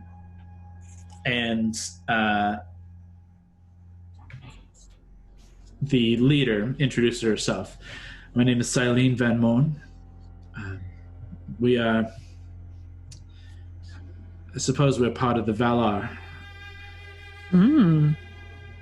If you're familiar with such of the Vale. If not, it makes no matter, really. No, we are familiar with the Vale. We were just helping out. I don't know if you noticed the disturbance in the Vale and with the Everlight tree, but we were just helping out there with, Truthfully, our connection to the Vale and with the tribes there within are few and far between. Wood nymphs with only protection for themselves and none for others. We do not necessarily see eye to eye. Valar are the cool ones with arcane abilities. Do I have that right? Noldor. Shit. The Noldor are the ones who favor the arcane. That's right, Noldor Enclave. Yeah, I don't think you guys have heard much of anything about the Valar or the Vanyar, who are the last two tribes you have yet to hear anything about. Who's my sister with? The Lindarn. Shit. Okay, no connection here. Well, but she introduces herself and gets your names across, but leads you over to a structure that's between the temple and this tower, and kind of leads you down a couple of steps and into, as you guys follow, presumably, into what looks like what you'd be most familiar with, like a military barracks almost. You see the structure is kind of set deeper into the ground, but there are long, thin windows that look out into the bay, and you don't see sign of cannon fire, but you do see some heavy cloth laid over top of what look potentially like some large armaments of some kind that have been pushed off to the side. But central, there are two long, old-looking, creaky wooden tables, a selection of assorted kind of chairs. There is a makeshift kind of fire that has been like dug into the ground and like chipped away stone and just like made into a bit of a fire pit in the middle of this. There's only faint embers at the time, and they kind of stoke the embers and they set a pot for water on top of the embers as they kind of gesture for you to sit where you please. As Silene leaves you for a moment, gestures to the other group, and in Elvish, for Valentine and Mary, you still pick up. She directs someone named Kira and Valan to continue their watch, and Duranya to head up into the tower once more. She then turns to the remaining two and says,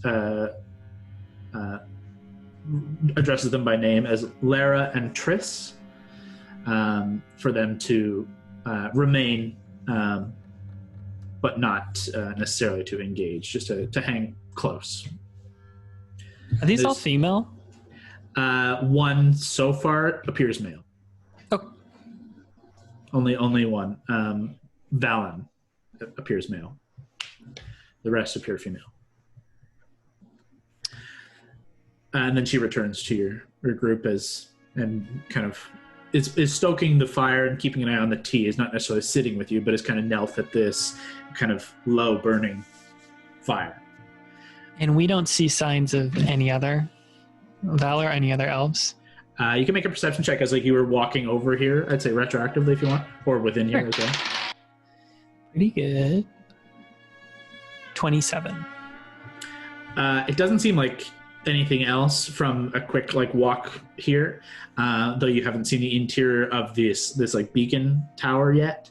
But within this like barracks, you don't see anybody else. Although you do see a couple more, 3 more sleeping bags or bedrolls. But you don't see any other signs of other figures.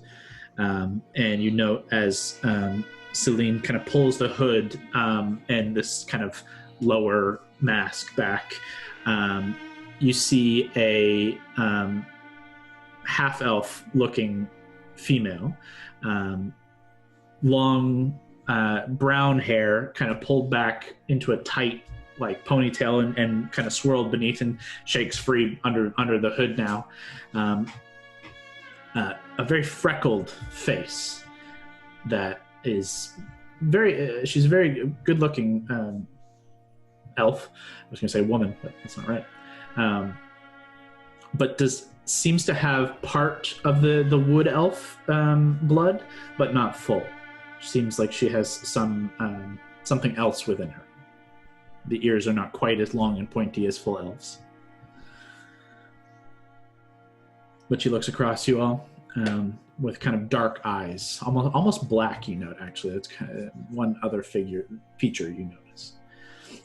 And says, presumably you have all introduced yourselves. I'm Valentine. Just making sure, unless someone's giving like fake names, like sometimes happens. Gord, are you with us? We never really established that. We did not establish that as well, Gord. They did not seem to notice your hiding spot, Gord. Would you have broken and followed, or stayed invisible and let everyone leave? I'll stay invisible. Okay. Are you trying to like sneak closer, or do you want to just like stay at that temple? I just want to stay up there and keep a look at. Okay, cool. Then yeah, you remain in the shadow, and you note that kind of bubbling nausea and rage doesn't really subside. It just kind of is pervasive and constant. But you note, even with just your passive perception, you note a couple of these figures return as your party goes off with this group and kind of takes position on some of the upper edges. And you see they very easily, just like with a moment, they scamper up and clamber up over top of like 15-foot walls without really breaking a sweat. Very, very lithe and quick. And then very quickly take like a good hiding position and seem to be rather well hidden. As we return to the 5 of you inside. Can we just retroactively say Val would likely go on the earring to Gord and just be like, if you want to stay hidden, just say yes over this earring. I just want to make sure you're okay. Yes. Okay, good. Or else I'd be looking for you for a long time. Make sure you haven't been kidnapped. I want to ask them something. Good. I need to know, how do you land so quietly and scale so effortlessly? Teach me. It will take a long time to teach you, my friend. I have time. I have lots of time. You're pretty good, Hondo. Like, don't knock yourself. You're pretty stealthy, man. I'm good, but I could be better. I will note that both Kira and Valen did not notice your ascent to the upper reaches of the temple. I'd say you're quite quiet of foot. However, to train under the arts of shadow, as we have, it's several years. We train from near birth. It's a long time. So no crash course, you know? You stick around long enough, perhaps. I mean, I shadow box every night. I could use that time to learn.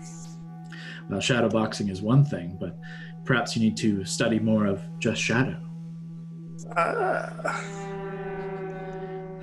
Nonetheless, you mentioned coming here for potential protection of something, or aversion, I should say, seems to be more what you are alluding to. Something seems to be coming that will align with the full moon, and without being around the bush too much, you know what happens at the full moon. The veil, as you mentioned, does thin, and indeed, shadow grows here. Something dark creeps through, and that which lie, or which should lie, does not. In fact, that which lies should stay lying, doesn't as soon as the sun sets here, whether the moon is full or not. Undead rise when the sun sets. They just seem to get stronger as the moon reaches its apex. Great.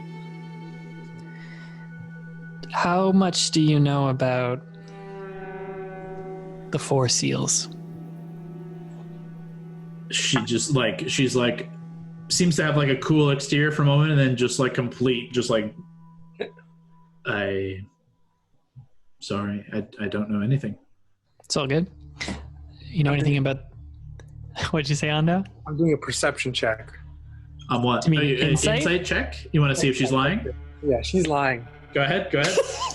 He accuses I know, her. immediately. Fuck you. And I'd say it to her face if she wasn't so stealthy. You mean sexy or stealthy? I don't know which one you're picking up on. So What's I your rolled a insight? 7, and my insight is 4, so 11. It's difficult to tell. Either she put on a very good show of not knowing, or literally doesn't know. But it's either a very, very good deception or a full not understanding. I'll ask her something.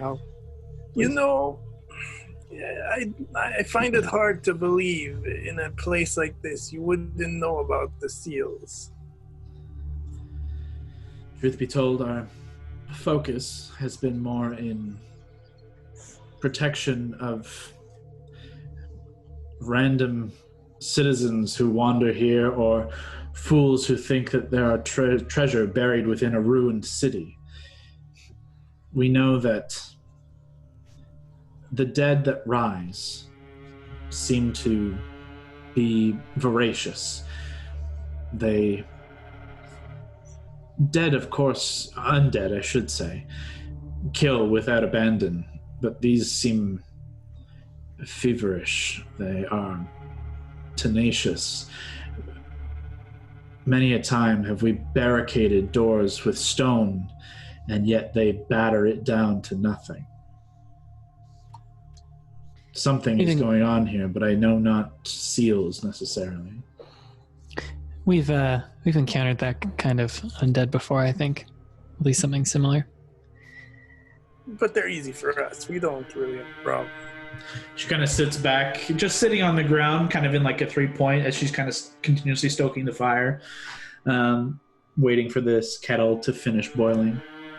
She kind of a wry smile and says, I must say, I do actually believe you when you say that. I think there's quite a bit of skill amongst your group. You barely batted an eye at a sudden surprise. And looking across your group here, a rare selection of amassed races and figures and items, I must say, as well. Perhaps a trade of information, and perhaps we could use said information. We could provide you with a job. We were attempting to plan something of a rescue operation of our own, but if we could outsource some of your skills, perhaps I may be more willing to share. When she said the thing about the items amassed, has she seemed to notice Whisper, or is Hondo keeping it quiet? Because Whisper has something to do with the Raven Queen, right? As far as you guys know, the history of Whisper, it was once worn by a champion of the Raven, wielded by a champion of the Raven Queen, and was said to have been kept within a tomb to said champion. However, you found it in Carval's belongings. That bitch. How he acquired it, you don't know yet. Perhaps never will. But unless Hondo, you haven't said you've hidden it or stashed it in any particular way. So I would say it's on your belt where it normally would be. It seems fair to assume. Mary, make an insight check with that in mind. This is how I picture Hondo talking. Actually, this is just Whisper the whole time. Anyways. Make a perception, sorry, Mary, not insight. Okay, I'll keep the same roll. I already rolled. Same roll if you already rolled. So it's a 21. You haven't noticed her eyeing the blade more than the other accoutrement you guys carry and wear. You're a very well-adorned crew. We look good. Yeah. We got some fancy shit. Yeah. Yeah, we could be interested in something like that. Would you prefer to tell us about your rescue mission first, or do you want to hear some info? I'd be curious to learn more about yourselves. However, perhaps I will present the job and we can get to know each other, whether you take said job or not. Sure. At the very least, you've made yourselves interesting to me, and we don't get many visitors who are interesting. At least enough to actually talk with. She sits forward as the kettle kind of bubbles and begins to steam. And she says,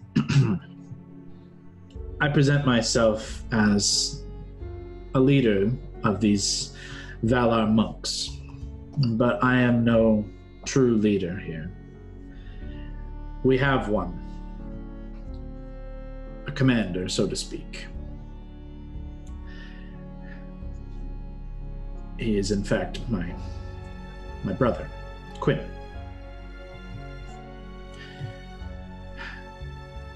She kind of looks a little glossy-eyed for a moment. It's just like recounting the story. Quinn is the eldest of our order and has been taken captive by some brigands on the eastern edge of the city. Pirates, by the seam. They typically keep off the highlands and remain below along the shattered coast. Oftentimes they'll send out sentries and scouts to loot and plunder or just kill with wanton abandon.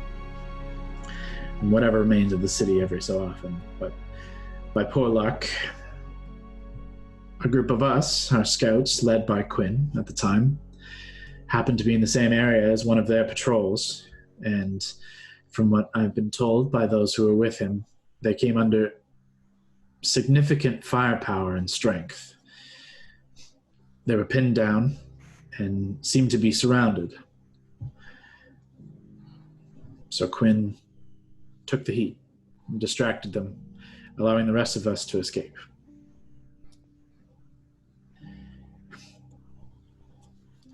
I have to at least hope he's still alive. But it's been a day and a half now I think about it. At the very least, we have to try. These brigands you mentioned, have you ever seen them have access to an airship? She kind of thinks for a second and says, not an airship as I know it, but some sort of vessel. Absolutely. Look at Hondo. Strange, though. Strange in what way? I've seen an airship in my travels. Typically,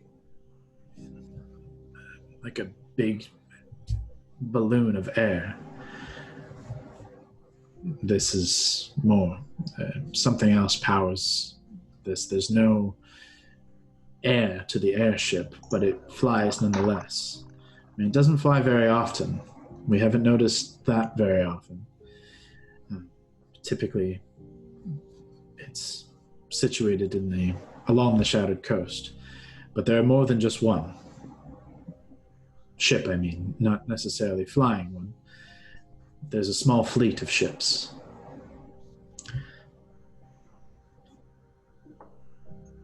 It seems to come and go. Does that sound anything close to what we've heard about Gambino's crew? You guys haven't heard a whole lot of specifics about Gambino's crew or the Iron Dreadnought, besides its name. Hondo, that sounds somewhat familiar, but in the time that you knew Gambino, his ship was more of a regular old sailing ship, not a weird flying crazy airship. What I would say is, it doesn't surprise me that son of a bitch has got a bigger weapon. She looks over at Hondo and says, "You seem to know your quarry already. That was fast. May I inquire?" Well, we have a history. He took my ship, and I claim he cheated when he took my ship. I see. It was a card. A card game. And you lost. I lost, but I'm telling you, there was no way I was losing. I had it wrapped up. Guaranteed. Lost your ship in a card game? You made it seem like it was like a big epic thing. Oh, I figured it was something very small. Wait. Yeah, that's right. It was an epic battle. I had it, and then... Well, you told me it was a simple game of cards. I must have been drinking. Ignore that story. Okay. You see a kind of a wry smile on Celine.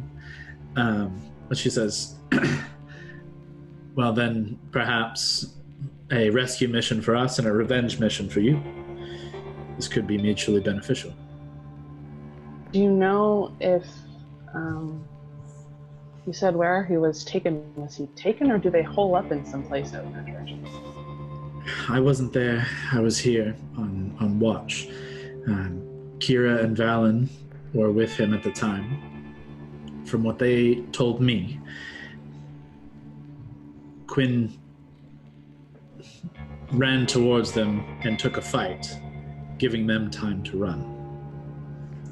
They didn't necessarily see whether he went down in that fight, was taken prisoner, or killed outright. When we searched the area this morning, there was no sign of him, but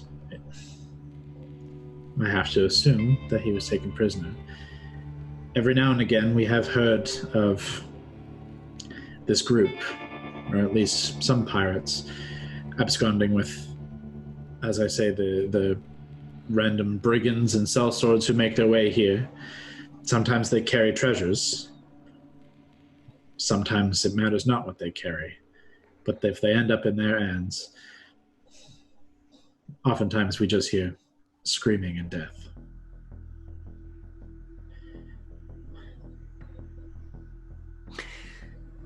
Yeah, we're in. We've been looking for this fight for a while, right, Hondo? I think we're in, and we're pretty good fighters ourselves. Do you have any tips, advice, weapons, anything to help us? She just holds up her hands and says, "This is all I have. This is all we've ever had." Yeah, better than nothing, I guess. I have to say, if you are willing to take this fight, I will go along with you, of course, but I would hope to leave the rest of my group here. Should the worst happen, the job still needs to get done. Yeah, that sounds totally fair. Can I just casually, I don't want this to look menacing, but I want to glance at the full moon dial on Lightbringer to see how much time we have left. Yeah. I think I have my calendar. Hang on. I want to say you have 2 full days still. Okay. But let me get you specifics.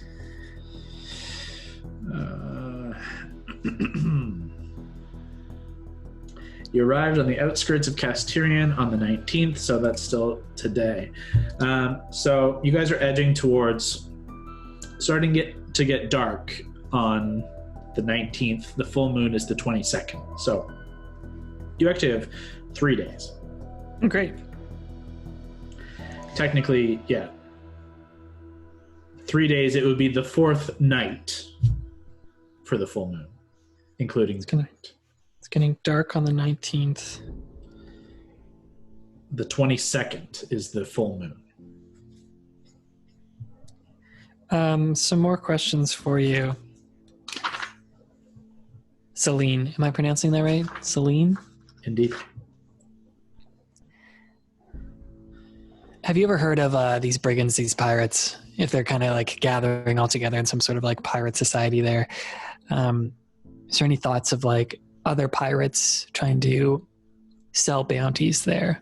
Perhaps like Quinn, for example, was taken by one group, but they're trying to sell him off to another group. Does that kind of thing happen? Truthfully, I don't know. We actively try to keep to the shadows, and we've tried when we first, not us specifically, I say, this is a organization that has been here for centuries. We have protected or attempted to protect what remains of this city. When these pirates moved in, we attempted at first to learn what we could from the shadows. But there's little to know. At the time when they first moved in, they seemed to just drink and party, and they didn't seem to be much of a trouble. And then when he came in his flying vessel and seemed to rile them up, seemed to rouse them, and they seemed to step in line, we decided to pull away, keep hidden. But it seems at least he's in control. We never did get a name. The name of that man? I look over at Hondo. Say his name, Hondo. Gambino. Gambino. He seems to rule with an iron fist and a temper and I suppose a lack of giving a shit is how I would put it. Start laughing when I remember the literal shit that we found in a box. I call him face now. So was that Hondo? I call him shitface. I don't call him Gambino. He also runs with a woman. She can be rather dangerous. We've come up against her once before. She does Syrah. not like us. Syrah, the Witch Queen. We have noticed her as well. She bears quite a fair amount of firepower herself. But the main bit of information I can give you is Gambino and his immediate crew are troublesome, of course. But compared to you, I hope they will not be quite so powerful. His legion and group of pirates, of course, can be handled. They're drunk more often than they're not. It's more his metal men he has at his beck and call. Sorry, what was that? Did you say metal men? He seems to have some kind of constructs, a small militia of constructs. They fire impressively powerful weapons. We're quite nimble and fast, but these hit hard. We're used to taking a hard hit, but I've never seen anything like this. might be something we have to try to think our way out of. Are they real big? Are they about our size? What are we talking here? For the most part, they're slightly larger than any of you. And she kind of looks across and says, "No, about a foot larger than your tallest, but that's not so special. However, there are some who are impressively large, 10 feet, maybe 11. They pack one hell of a punch, both literally and figuratively."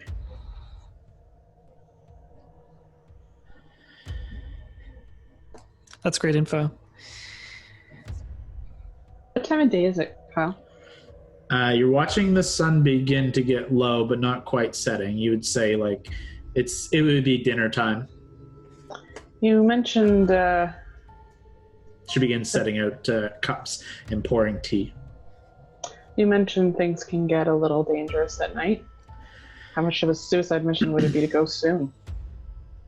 She looks out the window and says, "I highly would not recommend this. I understand you've seen yourselves are quite capable, and obviously time will be important here.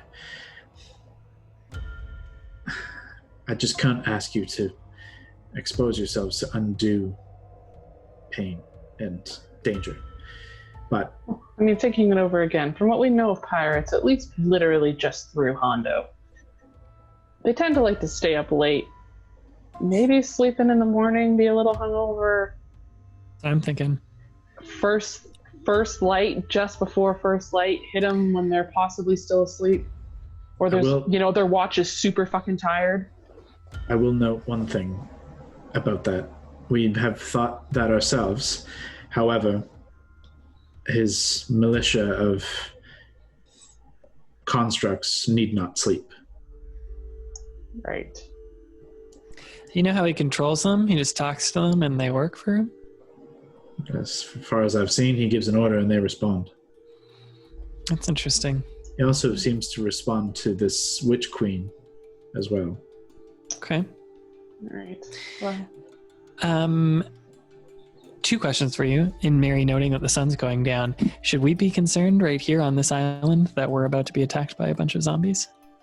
We have some time. I would recommend you not stay on the island. We can set you up in somewhere relatively safe, but truthfully, nowhere is safe. But if we were to gather in large numbers, it grows even less safe. Perhaps we should make this conversation on the road. Sure. Yeah, we have ways of making things safer, but we can travel if you need to go to a place.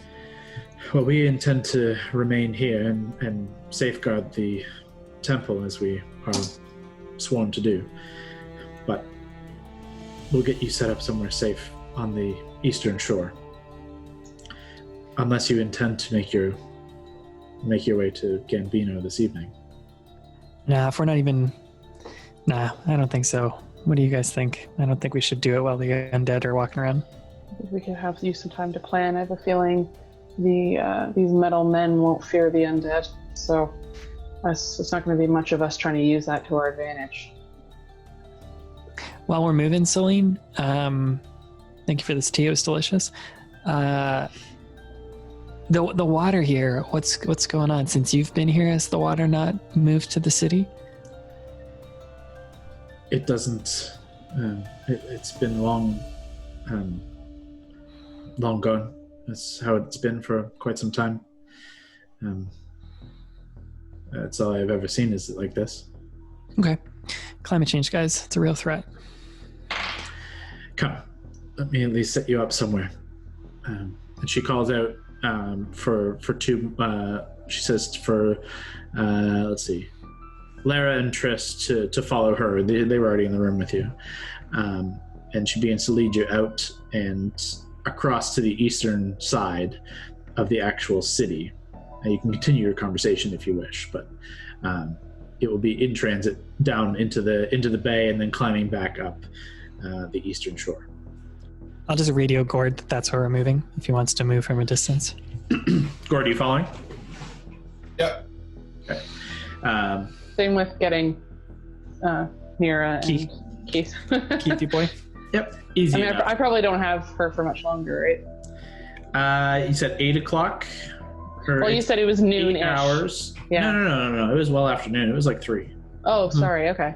It was mid-afternoon. Yeah, so, it's 8 hours. Yeah, you have her until basically almost midnight, right? 11 o'clock, roughly. So, yep. With your assembled group and mounts, it's about 10 minutes again across to the other eastern shore. And if you want to have a conversation there, that's fine. If not, they find you what looks like was once like an abandoned shop of some kind. But you can see there have been heavy barricades put up on the inside on 2 large windows, and you can see the door itself isn't really a door. There's no door on the door. There's no door in the doorway, and they walk right in, the 3 of these monks, and they just show you guys the interior, and it is more or less an abandoned, empty shop room. It's kind of just one room, empty room. There's a stairway that leads up and then kind of switches back and comes up to a secondary loft that kind of overlooks the space, and is likewise barricaded on the windows, very heavily and well done, it seems. very thin lines have been obviously placed for eye holes to kind of look out, but very little light gets in here. But on the main floor, Celine kind of gestures to this stack of heavy boxes and says, when you are ready for sleep, or when we leave at the very least, it'll take a little bit of work, but you got some strong within your group. Just stack these against the door. Try your best to be quiet. I would recommend as little light as possible. There's truly no protection beyond hiding from the dead that rise in the streets. And they will. Celine, thank you. We're going to get your brother back. Do you want to meet us here? I don't know when it's safe in the morning, but at first light when you can. Sure. And be prepared. We're going to head off tomorrow and get him back. You intend to go at daybreak? What do you guys think? It might be smart. They said the metal men don't sleep, but the others need to. Okay. I appreciate all that you can offer and are willing so quickly.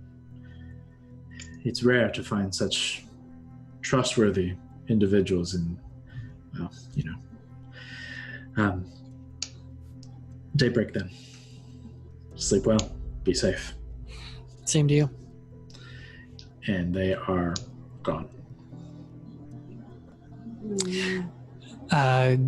Gord, they're gone now if you want to creep in here before the undead start showing up.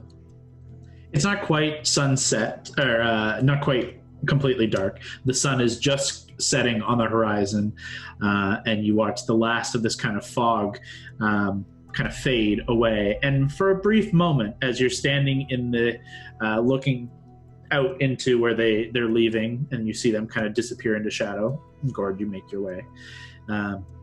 It is kind of eerily beautiful, the sun, like golden hour across like broken stone, looking out over the faint kind of lapping of waves. But it's just so creepily silent. It's unsettling as you guys begin to pull in, and the sun will slowly set within the next little while. What are you guys doing? Definitely want to have some food, have some water. Barricade this door if we can. Barricade this door. I'll use the immovable rod as well. What's this structure made of? It seems like the main walls and corners are thick stone, heavy stone. The walls seem like they are kind of like the lower half is stone, and then it is timbered, like timbered wood, and like not plaster, but you know what I mean, like yep, whatever it is on a timbered house. The windows and the walls and the windows have been reinforced with wood, and it seems relatively well done. This seems to at least be somewhere that these guys have checked out. But for the most part, it is a lower half stone up into timbered wood and plaster and whatnot. And you do notice all the glass is kind of destroyed, long gone, but the structure itself seems relatively stable. And the interior itself is wooden stairs, and the loft above is also of wood. I think Lav will cast Wall of Stone and just like reinforce some of these spots with stone, just like try and make it more sound, knowing it's probably not going to do a lot, but it's just going to make her feel good to try and just like add to the structural integrity of this place. Okay, one thing. If she concentrates the whole time, it becomes permanent. Mm-hmm. I didn't want to seal it off. I was more thinking like she could just add to it. I guess it's less of like a paint and more of like an actual wall. Like it needs to be a fully connected 10 by 10 panel wall for Wall of Stone. Yeah, then she won't do it. She thinks about it, and then she thinks, nah, this will be crazy, and she It doesn't do would it. certainly lock you in within this. Well, it would be very safe, but it would be incredibly difficult to get out. She'll just stare at it for a bit then. Okay. Anyone have any like light spells that they can use at a distance? Light spells? Yeah.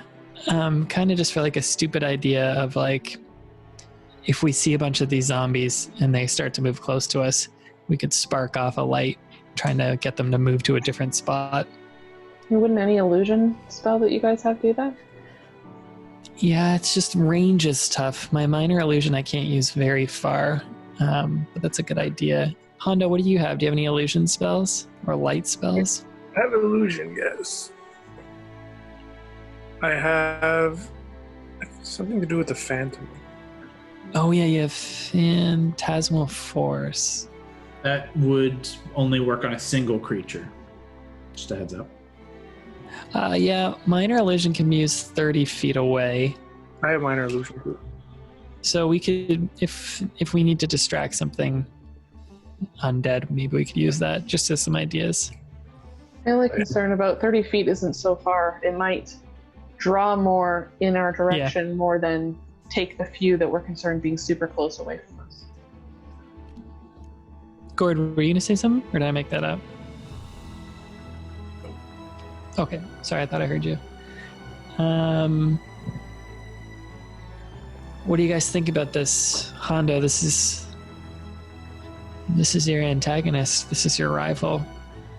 Are you feeling like we shouldn't open this door, or do you feel like we should kick it down?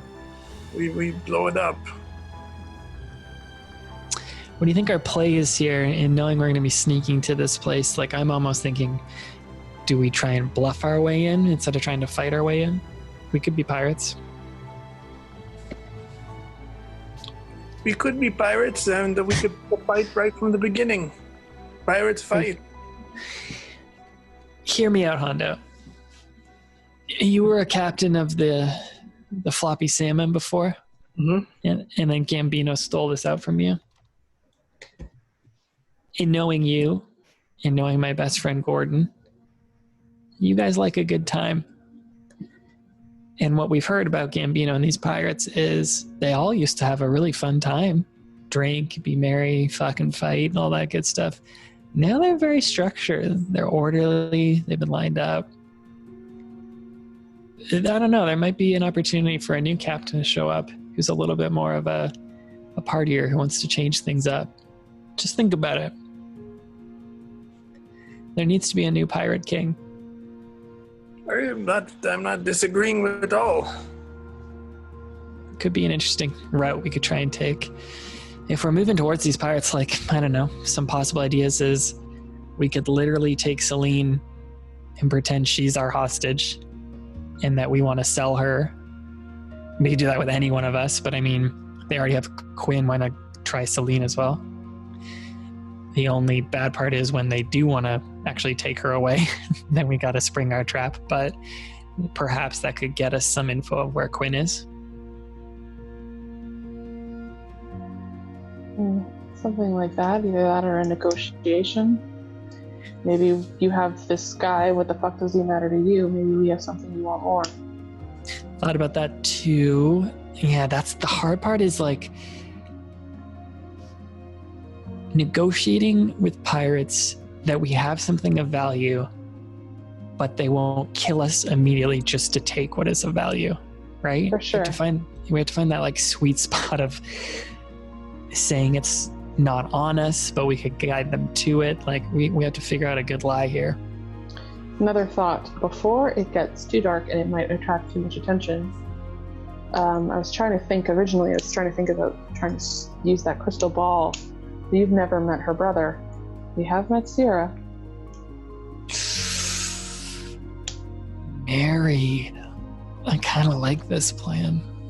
Just to try to figure out what we're looking for. Maybe we catch them in a conversation, we catch them in something. It could also just fail. I like it. I really do. Am I still equipped? Let me check. I think I am. I'm not, but you give me an hour and I could be. So when that crystal ball works, Kyle, does it give off light? You're silenced. Silent spell was cast upon you, Kyle. There is some light, absolutely. It's not inert. That would take me an hour. It'll take you an hour to go through. That's not when it's lit. It's only and then 10 minutes. 10 minutes where it's cast. That there could be some light. Obviously, you guys could try and shroud it in some manner. But does anyone have darkness? The spell. I thought Gord did, but I could be wrong. Maybe that was just like access to it as a druid. Maybe Gord's staff does. Mary wouldn't know that's an option, but I would ask if anyone has a spell option to help us hide. Mine are very flashy and ostentatious, like a lot of attracting attention. Yeah, that doesn't surprise me. Silence. Oh, that could be good. It depends, unless there's just a verbal component to casting the spell. But silence in general might be helpful. All the time here. A lot. Especially like throughout this, where there's undead. That could keep us... Staff. Just in my staff of Orcus, so... Nice. That's great. I don't think I have to say anything. Oh, it's only 2 charges, too. Sweet. That's great.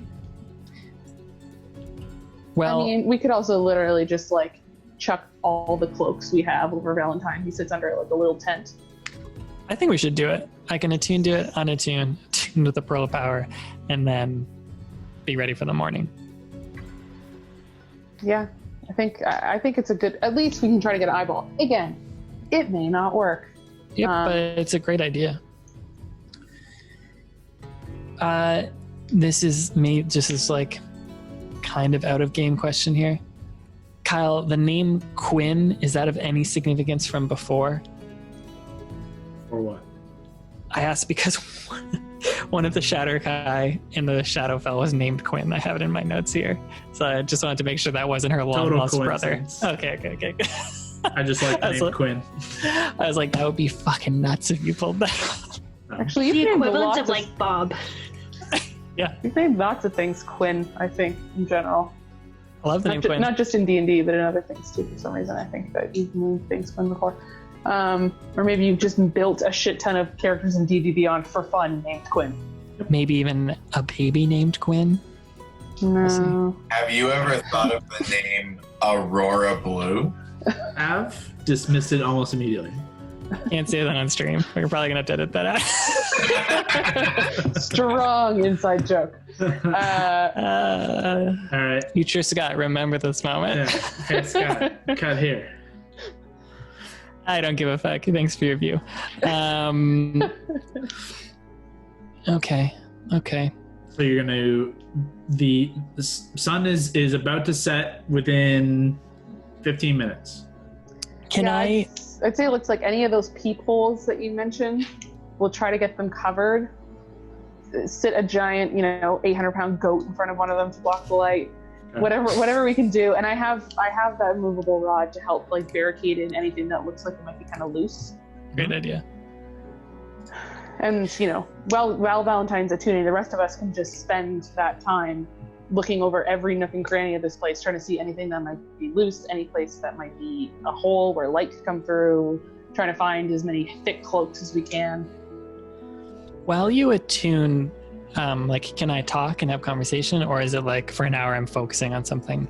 I think it's essentially, you can still talk, but I would say like if you were to like cast anything, it would break.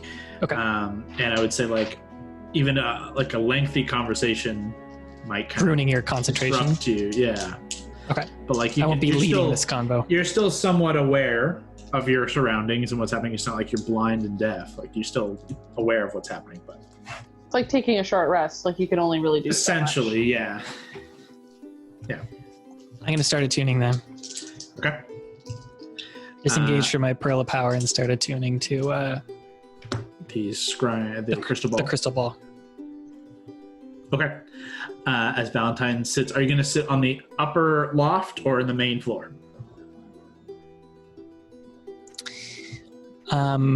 Wherever they're going to be. Do you guys want to be up top? I imagine, in fairness, I think like they're going to be kind of in both spots for an hour, just shoring up the front of the shop and the upper level as well. But I don't know. I'll go upstairs with. I was gonna see maybe. No, I won't do that. Yeah, I'll just go upstairs and just like huddle in. Okay. Put my like cloak around myself to try and focus on this thing. Okay. For the rest of you, for at least an hour, but within the next 15 minutes at the very least, I would like. I need a couple of strength checks.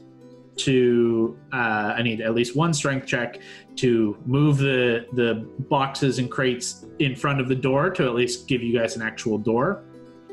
And then if anything you guys want to try to close up windows and things like that, you let me know what you want to try and we'll see what happens. Raleigh. Yep, I can do that. So straight strength. Ooh. 21. Okay.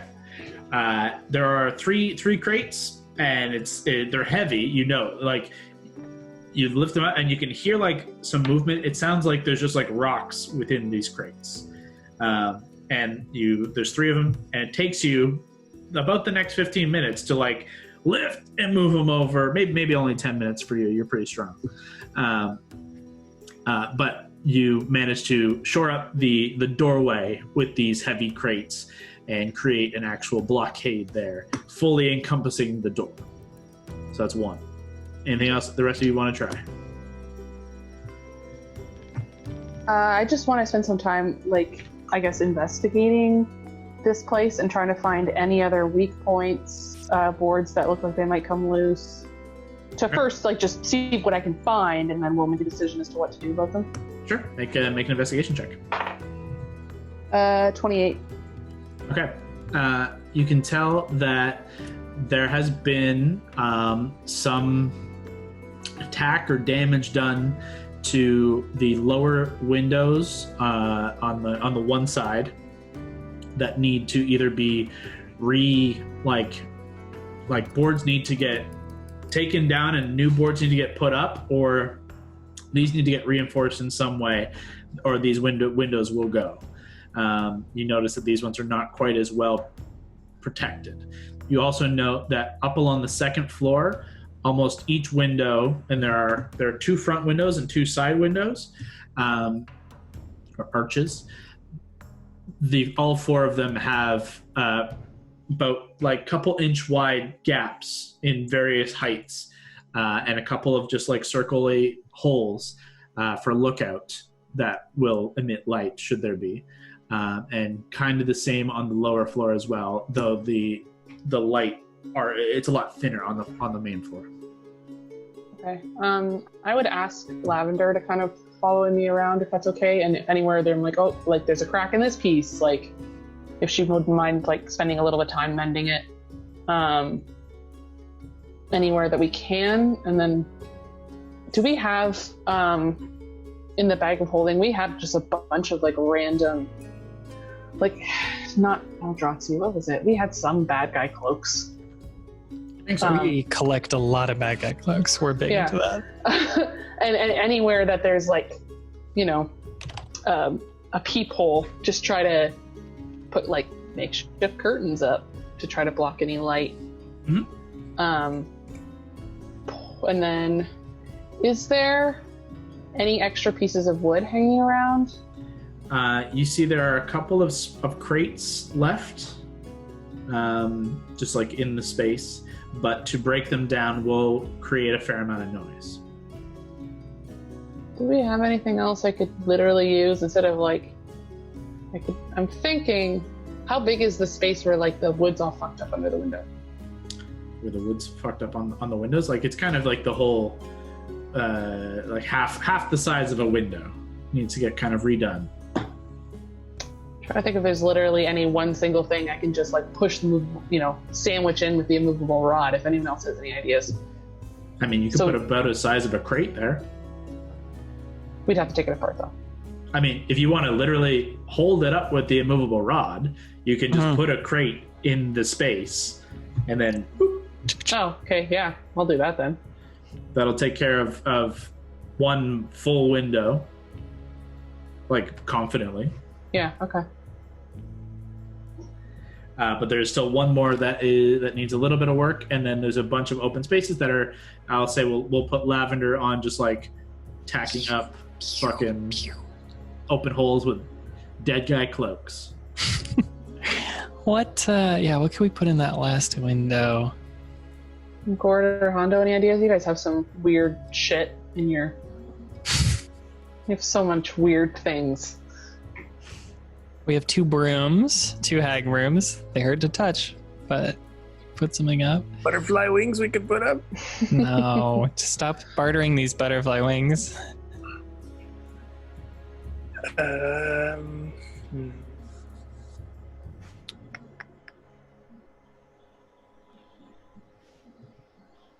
What about the floor? What's the floor made of? Like, do we have floorboards we could use or anything like that? Mm-hmm. You can pull them up. It'll just start causing noise. We're getting close to... Silence spell! Silence spell, pull them up, put them up. Yeah. That'd be pretty good. Okay. If Gord's okay with that. Is Gord who has silence?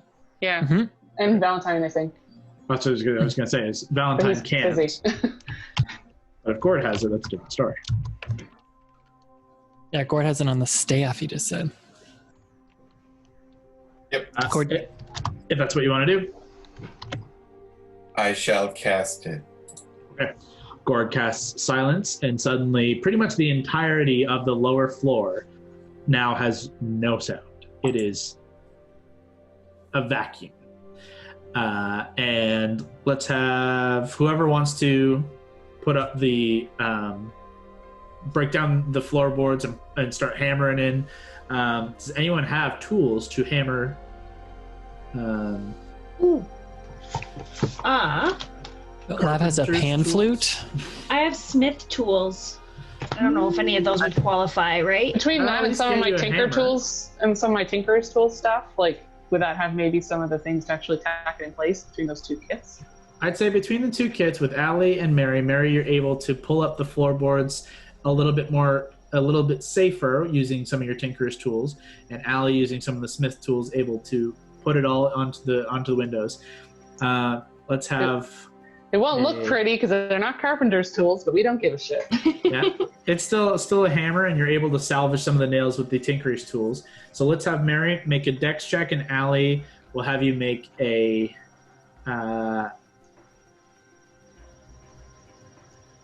just strength for you as well. Strength? Okay. My dex is now +6. So that's 14. I rolled pretty bad. I got 19. Okay. Mary, it's difficult, and it's not an easy process. And you are ever so slightly feeling the sense of cold creep in now that you know sun is gone and the night has come to Kas'Tyrian. And as you're kind of beginning to pull up these boards and trying to salvage the nails that are there, all of you, nope, I take that back. You're all in silence. You're deaf. Valentine, you begin to hear the faint sounds of kind of faint moaning and groaning outside. That's very, very faint as of now. The rest of you don't catch that, but Mary, you do begin to feel a faint cold, and knowing it's dark, kind of the fear a little bit creeps in, and you don't get all the nails you need for this, but Allie's gonna make do with what she has, and you're pretty confident this window will be good. It's not great, but it should be okay. We'll find out. How long does silence last? I think it's 10 minutes. I think Gord posted in the chat. Let's see. Doesn't have the duration. I think I got it Duration here. up to 1 minute.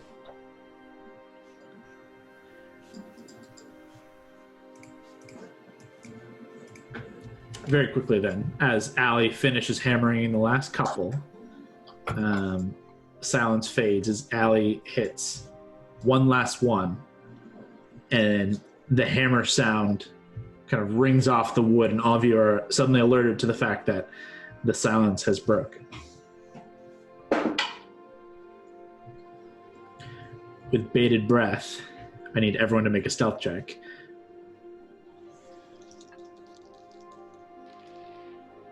Okay.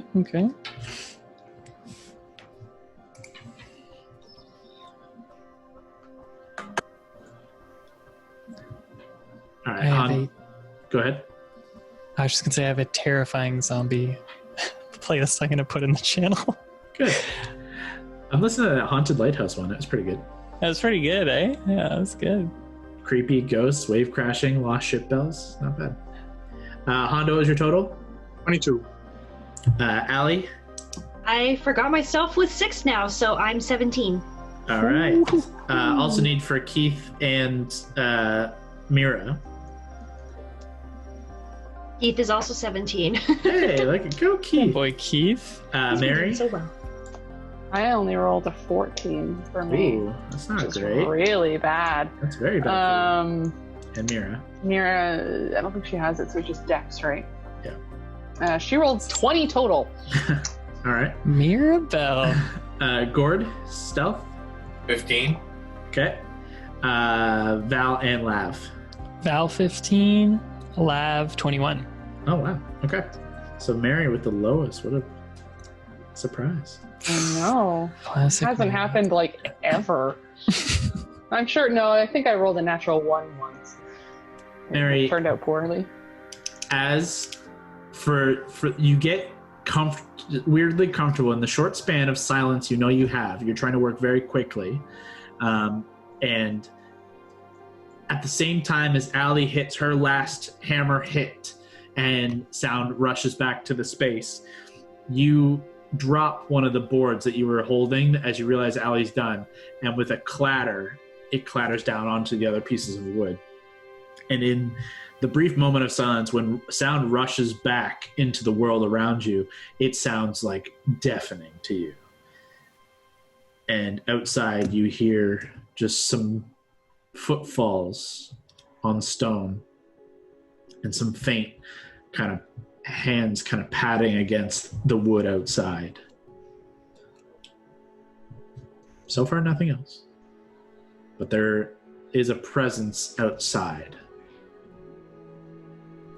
How long has it been for Valentine? At this point, only... it would have only been 15, 20 minutes. So you still have a ways to go. I'll be anxiously trying to listen and hear if anything bad is happening. For the next 10 minutes, as you all, using your stealth rolls, quietly congregate, you note that the temperature drops another couple of degrees, starts to get steadily cooler. And the sound of kind of a presence and this faint kind of moaning from outside doesn't cease.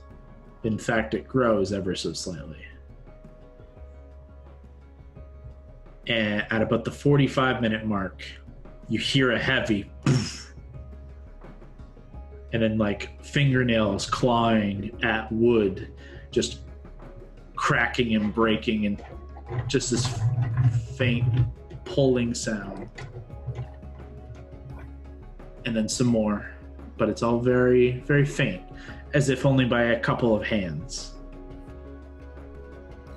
The hour mark does hit, and these sounds don't quite abate just yet, but the hour mark has hit for your group. Our mic for a little Val on this thing too. Yeah, your focus on the crystal ball finishes, and you feel attuned. I'll just go on the earring and just quietly whisper, "Okay, I'm attuned. I can try the crystal ball. Do you guys guys want to come upstairs, or do you want to stay down there? How creaky are these stairs? From your recollection, they're not creaky. Cool.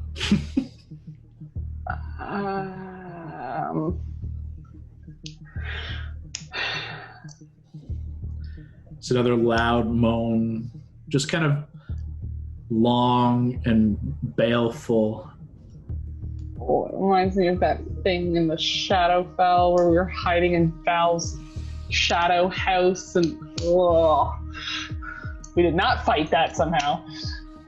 Thank God, I was going to kick the shit out of us. It doesn't quite sound like that. It doesn't quite sound so, like, creepy. Sorrowful. Yeah, it's not so demonic and weird. This is more just like a humanoid, but you faintly hear like a gurgle within, which is just kind of gross. But Oh, I don't like it. Maybe none of us should move. Did you say you covered yourself, Scott, at least? I don't think as of yet you've been just focusing on this.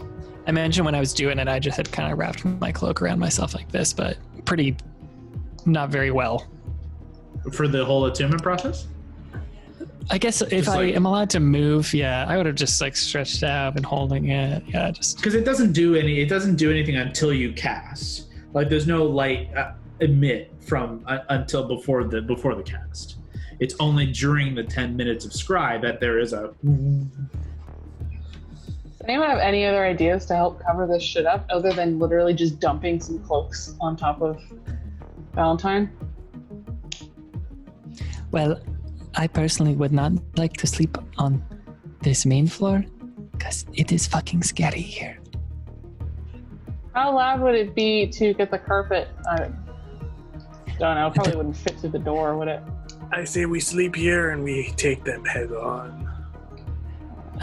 Don't like that idea, but the carpet is in my bag right next to me. Second floor. And it will take, you're That's not a good sure how idea, though. loud it'll be, but it will take some time to pull out of the bag. And you have to get up to the second floor. Should have spent some time like putting up tents in here or something to cover up. Open any other ideas? I'm gonna try and go upstairs because I'm getting too afraid. You could also fly upstairs, I guess, if you wanted. I will also point out, just for fun, silence is a radius, so it's like a ball. So like, it's not like not like a flat area. Like it encompasses 20 foot tall as well as 20 foot wide in all directions. I'd be up to Gord. Of course, I'm just saying, just to make sure everyone is clear on the parameters of the spell. It does encompass like height as well as width. So for the purposes of climbing stairs, you would be comfortable climbing the stairs within a bubble of silence. Oh God, and Keith would be so loud too. Oh yeah. Please tell me we took his armor off. He's not just like clang, clang, clang, clang. Nope. I mean, you can, but that could be loud too. That'd be even louder. Yeah. I don't know, Gord. Do you have it in you to do that again, or is that something that you're able to do twice? I'm just trying to check right now. If it's in your staff, it's just a number of charges. So your staff should have, 10 charges, I think I put it in it. So if it's only 1 or 2 charges, you can go like until you run out of charges for your staff. I'm also not saying do it. I was just wanting to make sure everyone was aware of that element of it. I have 4 charges left. And do you get your charges back at dawn? When do they come back?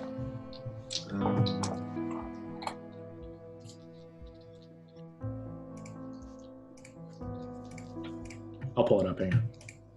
Not sure. Sometimes, Brock, I don't know how many of those charges you've used today, but I know I have items that for some reason when you hit the short rest button, they don't automatically reset, so you have to remember to go in and uncheck the boxes. Reset it. So those might be holdovers from the dragon fight. That's what I was wondering, but I didn't want to be like dishonest about it, so I just left it. No, I think you should have, essentially you roll 1d6 plus 4 expended charges at midnight. This is a little different than most at dawn, or it like kind of typically you'll think of it as a long rest, but it could work in this case of like, you're not at midnight just yet. It's only about 7 or 8 o'clock. But like sometimes like it could work in your favor. If you guys are working late at night and you're getting close to midnight, you burn all your charges, midnight hits, you get them all back, or you get a d6 plus 4. That's pretty cool. It's just kind of like something to think about. Gord, you didn't use anything in the fight the day previous, and you have yet to use anything with the exception of silence. So I'd say you have all 10, you've burned 2, now for 1 silence. So you should have 8 left. I'll update it. I'll go in and double check that I have it set. So like when you hit long rest, it should, because it's one of those things where like you have to roll a d6 plus 4. Remember when you had the Staff of the Woodlands and you had to roll every now and again? Yeah. So it's like that. So basically, if you think after every rest you take, you got to try and also roll a d6 plus 4, and you'll get that back after every long rest, like when you sleep through a night. Silence is only 2 charges too, so. Mm-hmm. You also need to keep in mind that part about expending the last charge. So when you use all charges, it's never happened yet. But what if you use all 10 charges? There's a thing. That sounds not great. There's a thing. Also, just posting it here. Keeping that. So yeah, Gord, if you want to use that silence thing, then these peeps could come upstairs. And silence lasts for 10 minutes.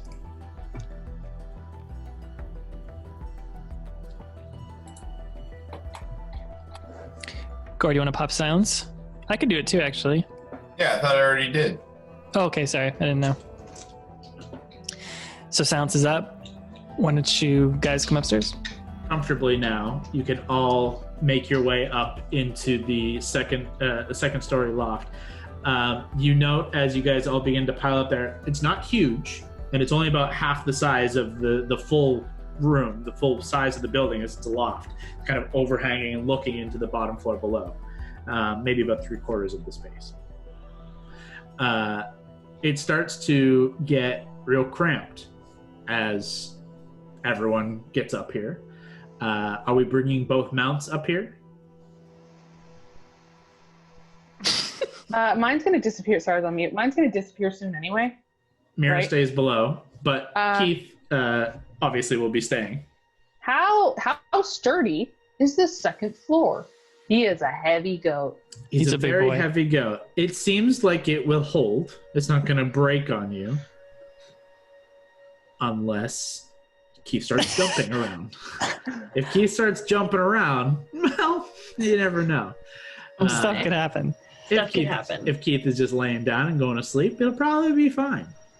Keep him But on the it exterior will where like be- the strongest beams are. It will be like if he moves in no silence, like it will be very loud, or very loud in comparison to the incredible silence you're trying to keep. Yeah. If we can't move upstairs quietly, then He can move upstairs quietly, no problem. We have Yeah. silence. Yeah, no problem there. It's just if he moves around while up there once silence is gone. yeah. It could be an issue, but also, I mean, it could be an issue if he does that down below. And maybe you want to have him close by. I Yeah, understand. he's a good boy. Yeah. Bring him up. Yeah? Because I was going to say, if not, then, like, he can stay down there, but, Brawley will stay with him for sure. Okay, then it's your choice. Are the two of you staying below, or are the two of you coming up? Silence is currently up for 10 minutes to hold the stairway and part of the upper landing, so you will be able to get up there quietly.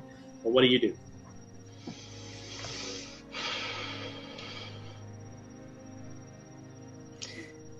Okay, we'll come up then. Okay. And then I'll get him to not move. Yeah, easy enough. Lay down in a corner and Lay down in stay a corner there and for stay. 8 hours. Lav will take out the drow cloak that we got from that cave, and she'll just drape it over Keith's face, kind of like horse blinders, just trying to like keep him calm. Okay. And keep that damn bell from jingling on his horn. Oh, what I'll do is with that, I'll just rip off a piece of like cloth and I'll stuff it quietly inside the bell so that it's muffled in silence. So even if he moves it, it's not going to make a noise. Great idea. Okay. Keith is quietly, safely laying down in the loft. I love how we spend so much time on this, guys. The rest of you gather around Valentine, who presumably is about to do a scrying cast. Up here in this room is silence on me. Currently, for the next couple of minutes, it will be. You could move to the far corner and be out of it. I was kind of picturing you in the middle. Sure. No purpose other than why not? For a cool moment. Yeah. I don't think there's any vocal component to this, so if not, I'll do it. There's verbal, somatic, and material. So then I have to wait for silence to drop. You can move to the side of the room and be outside of it, like right to the edge by one of the windows. You could and be out of it, or you wait. We'll say 5 minutes. I would say while we're in silence too, everyone go through your bags and shit and just grab bedrolls and like anything remotely that we could use to, like, maybe even we'll pull it, like while we are in silence, pull the tents out of Valentine's bag, like anything with canvas that we could literally make like as much of a little shelter to That's a great idea. block the light. And I mean, we may as well set up for bed in silence while we can now, so we're not worried about like shit getting jangled around and stuff. Cool. Yeah, easy enough. In that case, I would say if Valentine is taking part of that, silence will wear off, but you will have all your stuff, and then it won't matter where you cast this. I love it. I think it's a great plan. So you guys have all of the stuff you want to pull out, all your bed stuff, all your sleeping stuff, some food, water, and any weapons and stuff you guys need. But it comes time for the cast of scrying. Make a little like blanket and pillow fort in an area that's blocking out as much light as possible. Also make this place real cozy. Yeah. Immediately, as Valentine begins, there's a verbal component to this that involves like a incantation, and the cast time is 10 minutes. So, Val, throw me a stealth check, and I'm going to give you not disadvantage. It would be a disadvantage, but this is a straight roll because everyone has done a very good job at covering the windows. You are covered in a cloak, all this stuff. So straight stealth roll with a fair DC. Soundproofing with all of the blankets and stuff. Mm-hmm. But it's 10 minutes of like this incantation. It's kind of faint chanting incantation. Anyone want to like maybe help him out? You cannot help with this case. You guys have already helped and giving him advantage instead of disadvantage. I meant inspiring, but yeah, okay. I have ball bearings. Almost the exact opposite of what I was hoping for. Okay. Straight roll. The 12 on the dice stealth. Yep. So that's 21. Ooh. Beautiful. It is a very muffled chanting incantation. It actually comes across very creepy to the rest of you, as there's this weird creepy hush parcel tongue happening from beneath a cloak, and you see it kind of shifting, and the cloak that has been put over top is this spider silk, and it's just a weird visual in an otherwise completely dark room. It's very creepy. To go with the sounds of kind of this haunting scream in the back outside, and you hear constant shifting movement outside, and the temperature again just drifts ever so cooler. But 10 minutes of painstaking silence passes, and light begins to emit from beneath the cloak that Valentine has over top of him. All of you in the room are suddenly kind of blinded for a moment from near pitch black to, though contained, it's still relatively bright. And you notice the sounds outside of scratching begin to pick up, and some faint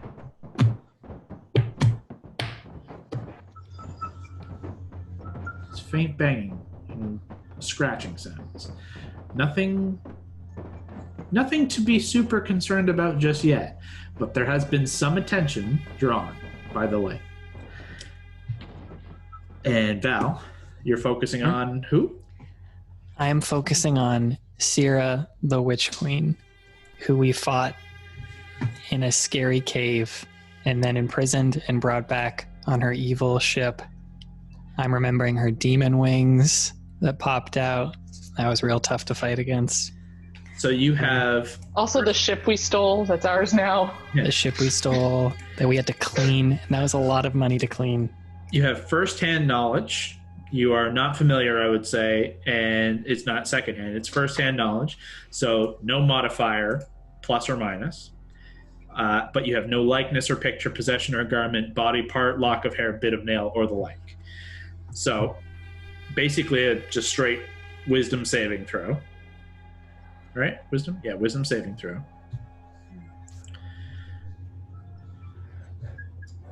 Here we go.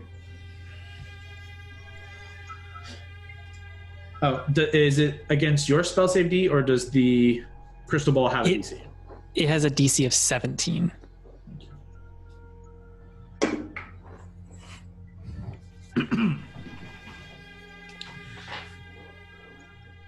You become oblivious to the light that is cascading around the room and the horrifying sounds that are ever steadily growing in the otherwise darkened chamber of the city of this place in Kas'Tyrian.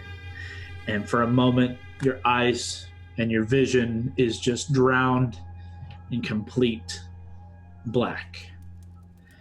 And then you see just this faint crackle of flame.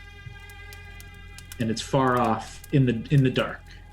And then it slowly grows, and you notice your whole vision beginning to kind of slowly come to fruition as standing on the opposite side of a rather large burning bonfire. You're seeing through the flame. You see the porcelain skin, the dark lips, and even darker eyes of Syrah, the Witch Queen. Her long hair is just kind of pulled back and hanging long, draping down long in front of her chest, over her shoulders. You see darkened, blackened leather with like the hints of maybe dried blood across. You're not sure. She stands staring into the fire and just kind of smiling. You see she's holding a thin blade, not quite a dagger, but like a long...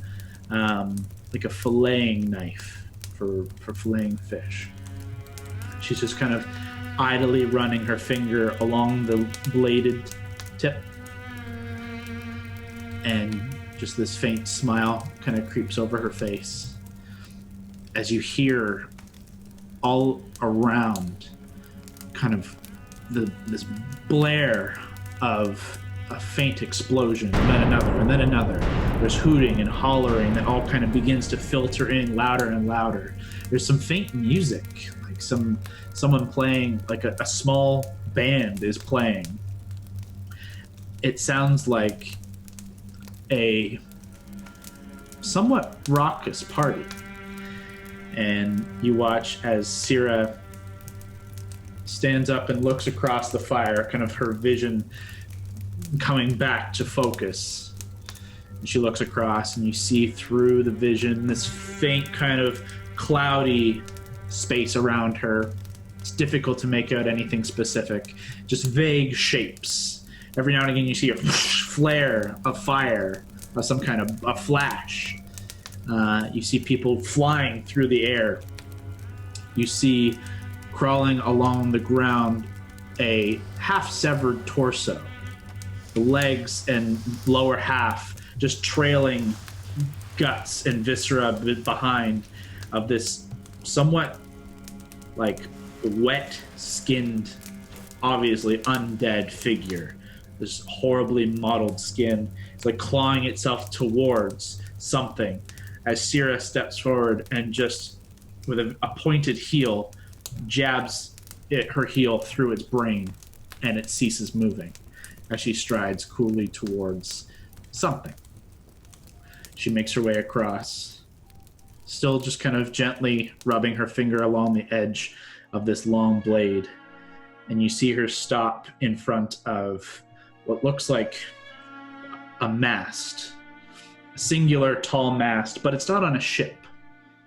The ground here is like dirt and broken stone, similar to that you've seen out and about in the city. And you see actually a second and then a third of these masts, two further back, but she stopped in front of one that's central here. And she kind of raises a blade in her hand, and her eyes go just wide, and smile grows wide. And she looks up onto this face of this half-elf male who's strung up on this mast. You see rope around both wrists, kind of holding him up. He is shirtless, and you see just cut on cut on cut on cut on cut into his torso. And she just gently traces the blade along him once more. And you see he like shocks awake as she just carves into him for another time. And he just lets out an audible gasp of pain. She just kind of looks longingly, just happily staring at him, saying nothing, but just relishing this moment. You hear more explosions behind and just constant mayhem around. Make a perception check.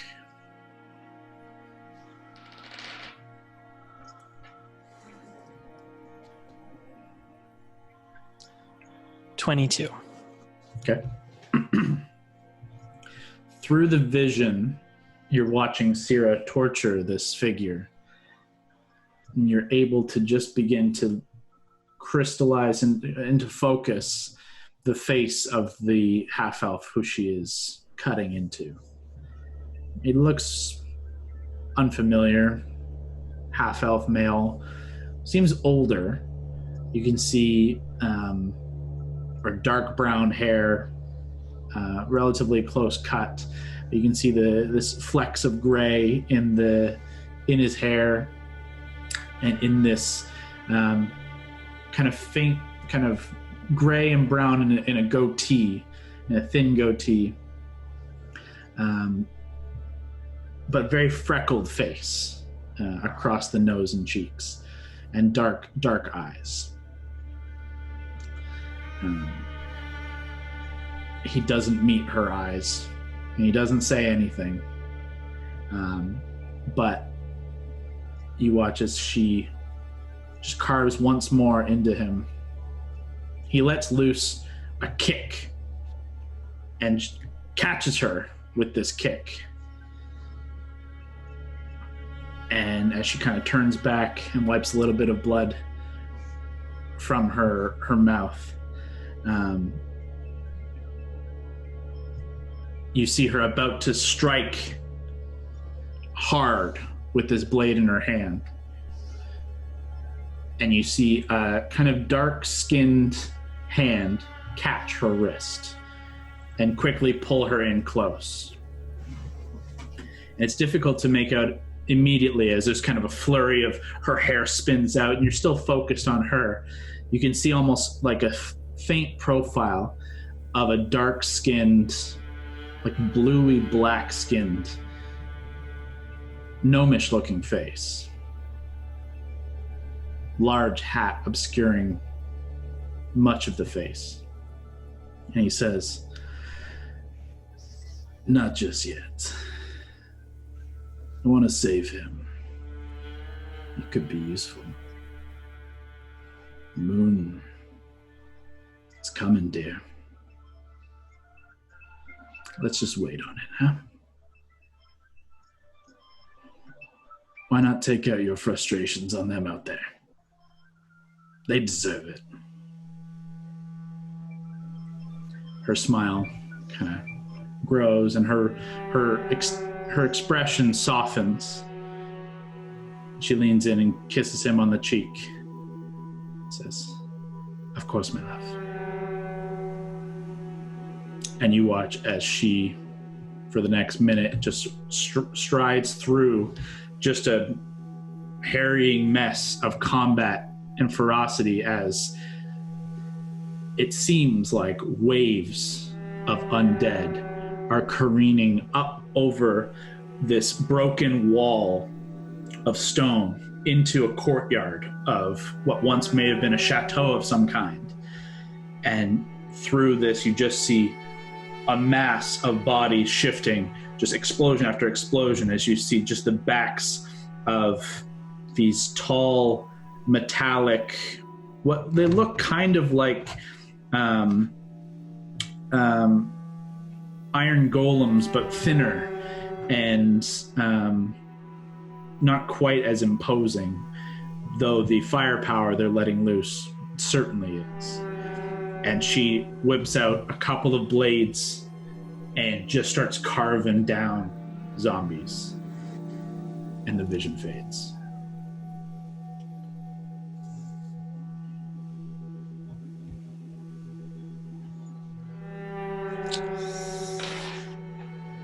Well, Sierra has Quinn.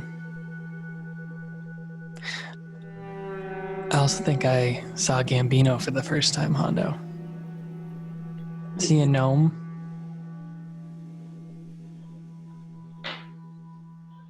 Great.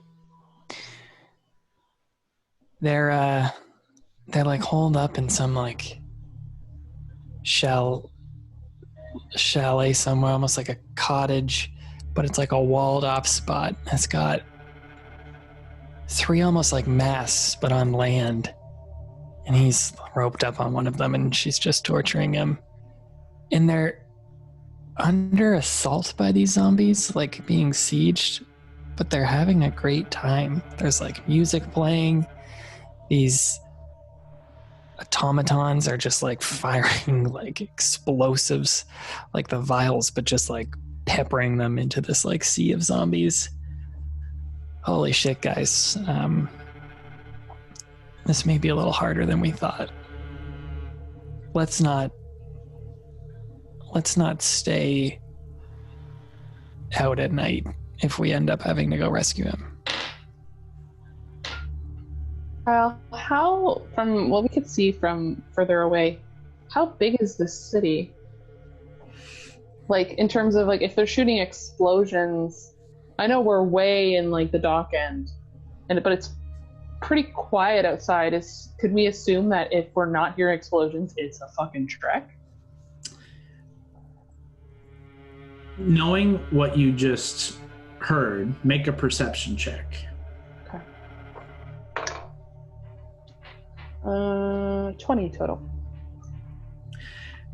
With the knowledge that you're listening for these explosions, or something akin to that, you quietly just kind of come to the side and put your ear to the edge where you know there's a faint crack in the door.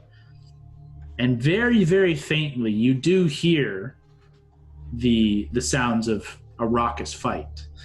But it is a fair ways off. Especially noticeable because it is so quiet where you are, with the exception of the slowly growing sound of moaning and claws against the wood of the hut or the storefront you're in. But in terms of size, the city, you imagine... Make an intelligence check for me, actually, Mary. The city you're looking at, like, you could maybe say it's about the same size as Verdantia, probably smaller, though it's just difficult to gauge. 13.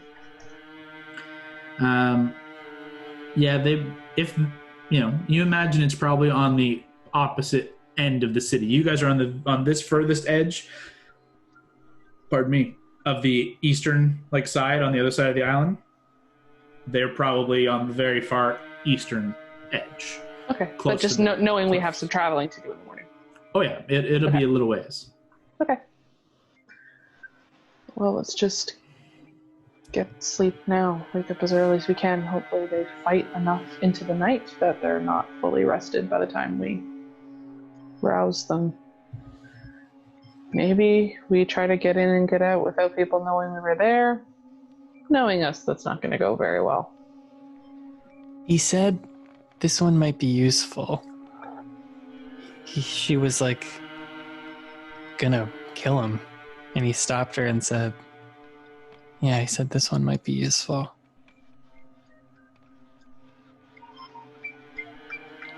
Maybe his sister knows something about that.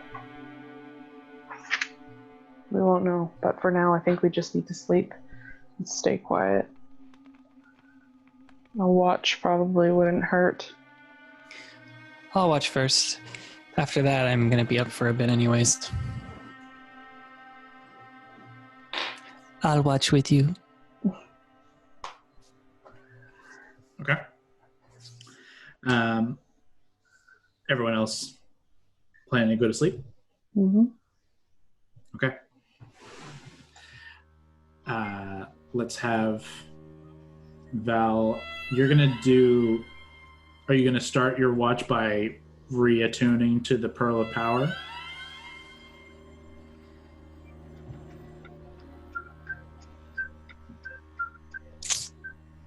No, I'll keep this on. Okay. I mean, you could legitimately use it potentially tomorrow morning, right? That's what I'm thinking. Yeah, I'll just keep it. Okay. In that case, you can make the check with Lavender's help, giving you advantage. Natural 20. Nice. For the first time... All you hear is zombies. For the first time in the time you've been here, you've been focused on preparing your attunement and then casting and going through the whole finishing processes of that and mulling over what you heard and saw in the scry. You really, for the first time, get up and stretch and try and get a glance outside. And through the very thin sight lines you're given the fact that you guys did a very good job at closing up this space, you see very few zombies outside. You consider presumably some figures that seem undead, presumably zombies. You see, looking down, maybe 3, maybe 4, and they're just kind of like half-heartedly trying, like they got the scent and just can't let it go, but not really like sure that it's there. So they're just kind of haphazardly just trying to like claw at the one window that has been pretty well boarded up. And you kind of just listen. And you do hear there are more in the city, but maybe they've been drawn further east. Maybe this encounter is actually kind of drawn focus and you might be a little safer. And then you hear a horrid, mournful wail out on the ocean, it seems. And it just pierces and rings through and shakes you to your core. And you think maybe there's something else quite ready out there. And you actually see it. You see this figure floating, flying, getting close, careening through walls, through other buildings. This kind of tattered figure that looks like a woman, hair flying back and just kind of floating up and around her. Her what looks like a dress tattered and torn. She's almost glowing, but gray, silver, and certainly dead. And she looks right at you. And then just darts towards you from across the street. And let's take a break. I gotta piss like a racehorse and get some more coffee. What are you doing? What are you doing? What are we doing here? Oh my god. We're back. Oh boy. So, Let me play my pirate music. Valentine and Lavender on watch. Val, you peer out the window, just a thin crack of it, just in time to hear this horrid wail, and then see if a creature instantly just latches onto your position from across, way too far away, as if like drawn to you and your life, and then in an instant just rushes through and passes through the wall and is in your space. Let's have everyone roll initiative. However, all of you who are sleeping are about to get surprised. So regardless of your initiative, Lavender, Valentine, and this creature will go first.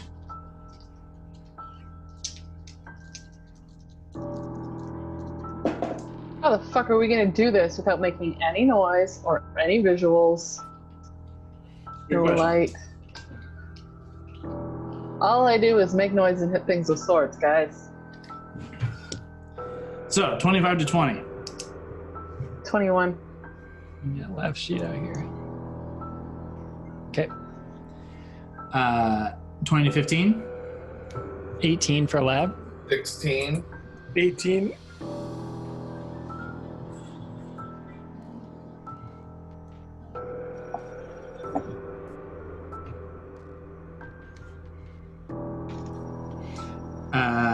Okay, then Allie and Val, what'd you guys get? I got 11. 10. Okay. So, in order of who is conscious, Lavender is up first. Jesus. And this thing just like passed through the wall into our space. Yeah, you are now face to face within 5 feet of both of you. This ghostly figure, just tattered clothing and hair wild, these massive wild eyes, and just yawing mouth. Okay. She will cast Mirror Image on herself. Wild magic surge. Ooh, that's cool. See what happens. 17. Fuck, that would have been fun. That's fun. Yep, mirror image up. Bunch of little laughs. Mm-hmm. If that's her action. So on the map there, the translucent thing kind of close to us is the ghost, I assume? This is the So whatever this is. thing. Lavender is right here, you are right here, and then everyone else is just in a pile over here. So that we're doing this in a kind of backwards way. This is the loft. You would go down the stairs right here. See what I'm saying?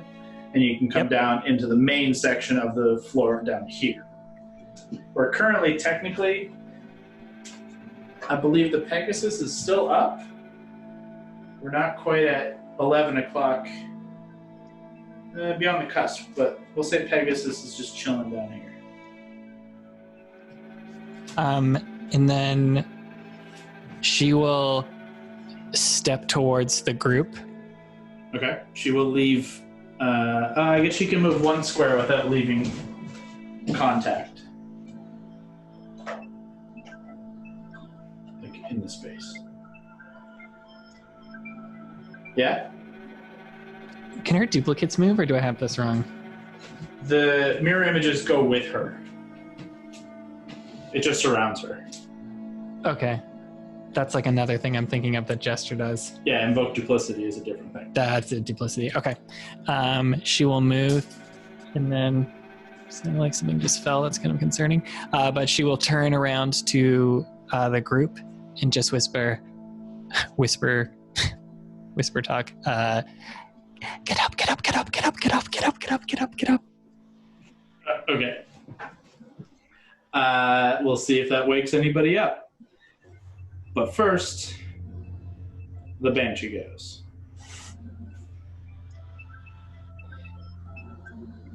And she's going to wail.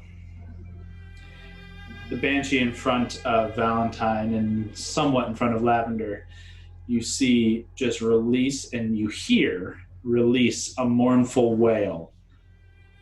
It just pierces the air and rings out. If there was glass on any of these windows, it would shatter. And yet, it just shakes the boards all around here. I need everyone to make Constitution saving throws.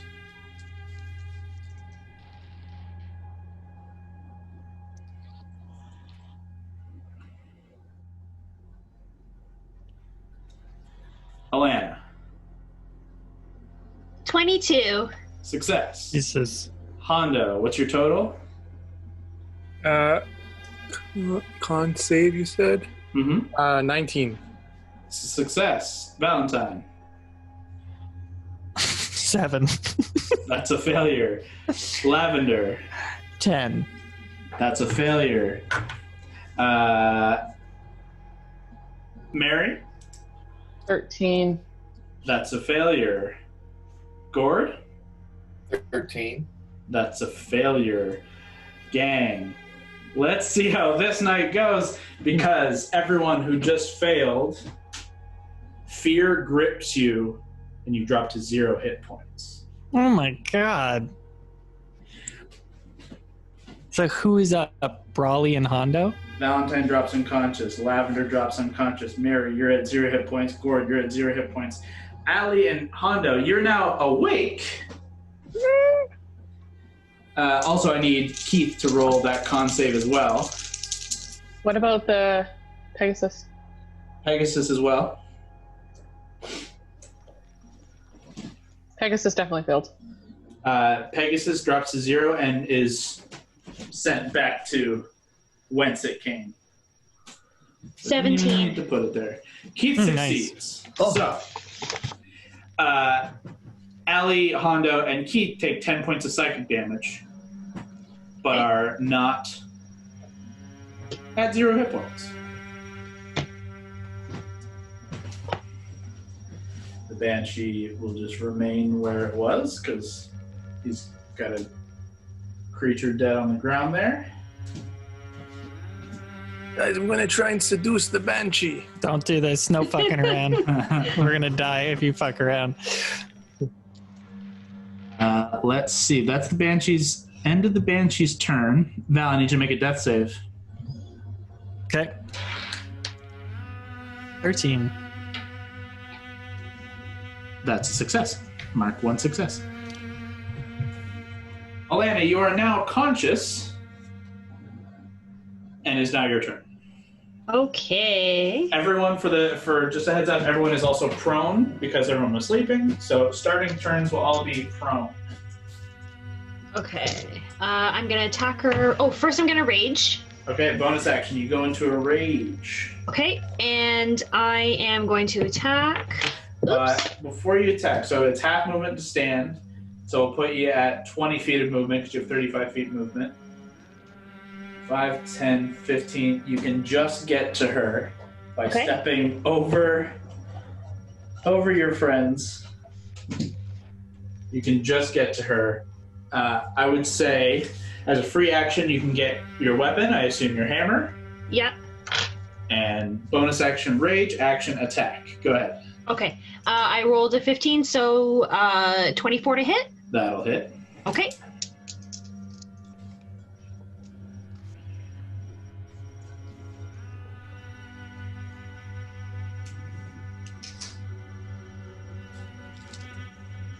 $20 damage. 20 points of damage. Okay. That's one attack. Okay. 18 to hit. That will hit. Okay. Oh, sorry. She is resistant to thunder and lightning. Oh, okay. So you did 20 points. We'll say you did 15 points. Okay. Just so we don't have to do the whole rigmarole of trying to figure out math. Okay, not a problem. Okay.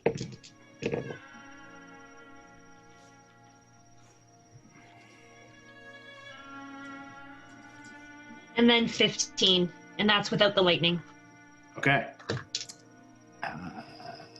Are they full resistant to lightning or just half damage on lightning? Resistant, so half.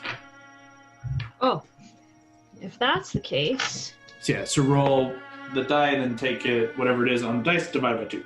Okay, so 16 total. Okay. Good to go. You rush forward and you see no one else making a move as you are awakened by this. And you slam once, slam twice, connecting, though, seeing the elements not doing quite as much damage to this creature. And then you look down at your feet and you see both Valentine and Lavender, both on either side of you, are dying. And that'll end your turn.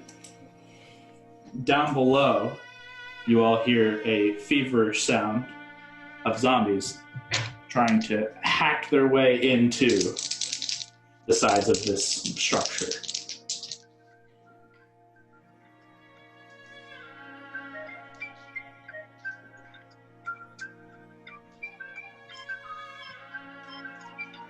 All right.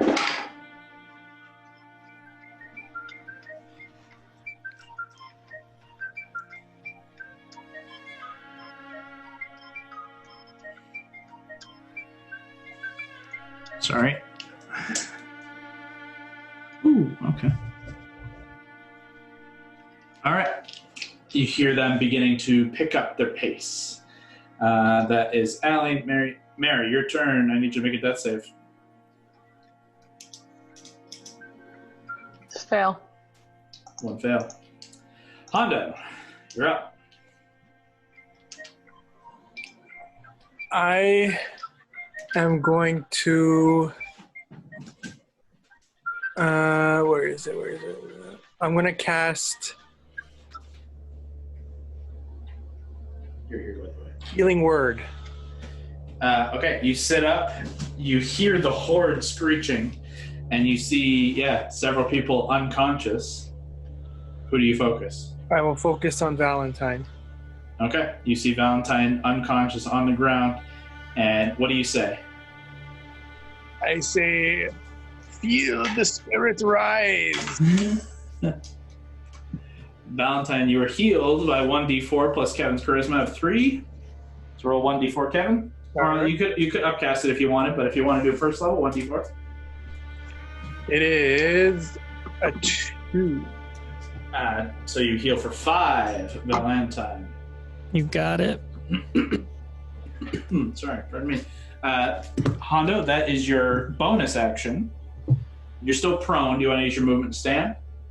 Yes, I will. Okay. It gets you on your feet.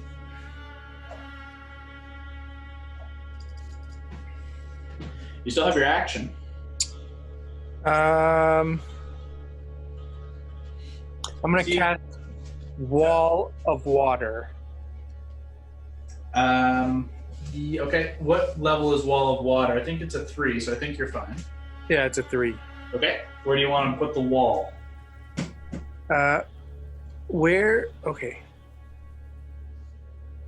I will point out, if the wall encompasses an unconscious creature, I will count it as a death save because they will now be drowned. Sorry, where's the Banshee? So the Banshee, sorry, I know. The Banshee is right here. Okay. Valentine is currently now conscious, prone beside it. Allie's there, and Lavender is unconscious there. You got Mary unconscious right there. Keith is, I'll have Keith stand at least. Now that he's conscious, and Gordon to your side. What I think I'll do is I see there seems to be enough of a space between Valentine and Mary. Mm-hmm. Maybe it'll go right down there. Would that hit Lav, though, and drown her? Sorry. Not necessarily. Where are you putting it? Right in between, right behind yeah. Like that? Yeah. Okay. Okay. Trapping me and Lavender. No, Lavender to 0 deaths. Or you can make it across. I mean, you can pass through a wall of water. I feel like so can the lady that just came through a wall, but I guess Hondo doesn't know that. yeah, you don't know she came through the wall. Hondo does not know she can pass through walls. But Well, I just did a stupid move. So you murdered us, but you brought me back. Honda. But it is his like go-to half awake. Like it makes sense for the character. It may not have been a smart choice in terms of strategy, but it totally makes sense for the character. Honda's wall of water. It encompasses all the way down the stairs as well. I need So another. it could stop more zombies from coming up the stairs and trying to murder us. That's a good thing. Certainly possible. Or slow them. Mm-hmm. And I figure, Valentine's good to fend for herself. Appreciate it. We've always known 5 health. Valentine fends for himself very well. That is your action to concentrate on Wall of Water and skip that.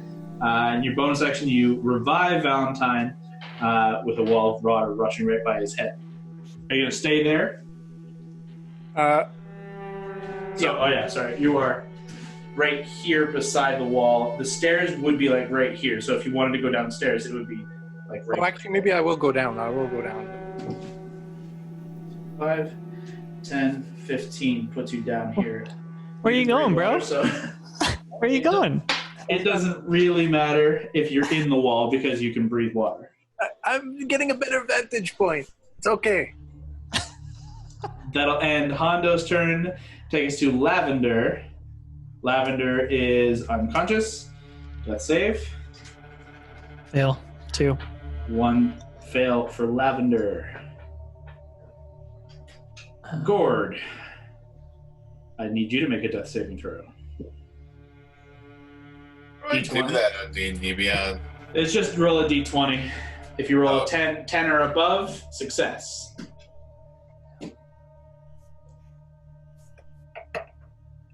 Oops. 16. Nice. Good job. I don't know where exactly it is that you mark them. I think it's by your health. Yeah. Your health's at 0, it'll show up, yeah. Yeah, I switched that. I just couldn't figure out Oh, okay, I got you. how to roll. That's all right. Okay. Let's see. Okay, good. Valentine and Allie are right there. I look dead. You are conscious now, though. It sees you breathe.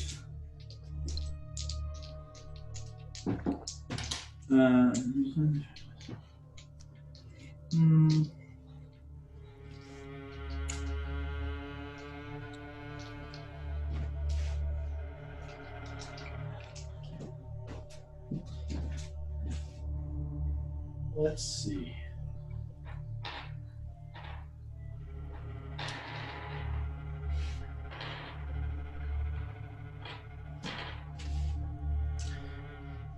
Lavender has how many death saves? She's already died once. 1 fail. 1 fail, okay. I thought you said 2 for something. She rolled a 2. Now here we are. The Banshee slips through the floor Oh, God. and pops back up, like in the wall on this side, but swipes out at Lavender.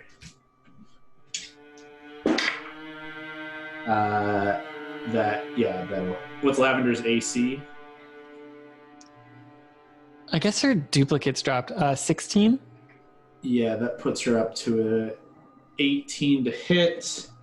It's a critical. 2 failed death saves. So that would be she's dead. Straight dead. She is dead. Lavender dies. The Banshee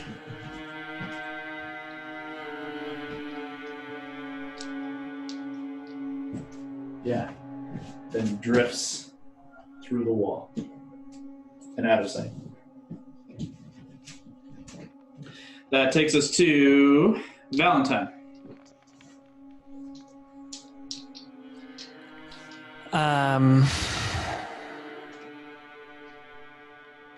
Lav's dead. I'll stand up. Mm-hmm. I'll push through this wall of water To go where? towards where my friends were. see Mary down. Touch her forward. with my arm and pump and pump 2 cure wounds into her. Okay. The cure wounds at level 2. So that's 6. 5 is 11 plus 5 is 16. And then look at Gord and be like, we need you, brother. And I'll healing word him level 2. Okay. So that's 6 plus 5 is 11. Okay. Both are conscious.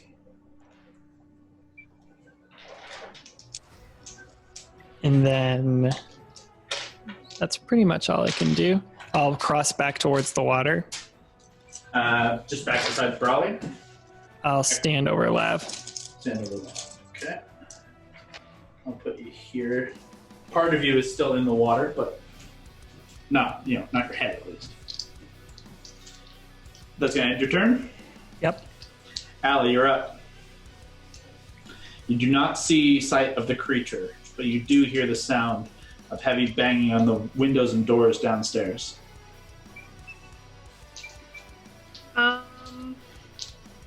Can I just hold my position, like, ready to attack just in case the Banshee comes back? Absolutely. You hold your attack for sight of the Banshee. Holding your hammer? Yeah. Okay, that is going to end your turn. The zombies below. Oh, that was a shit roll. Those are better.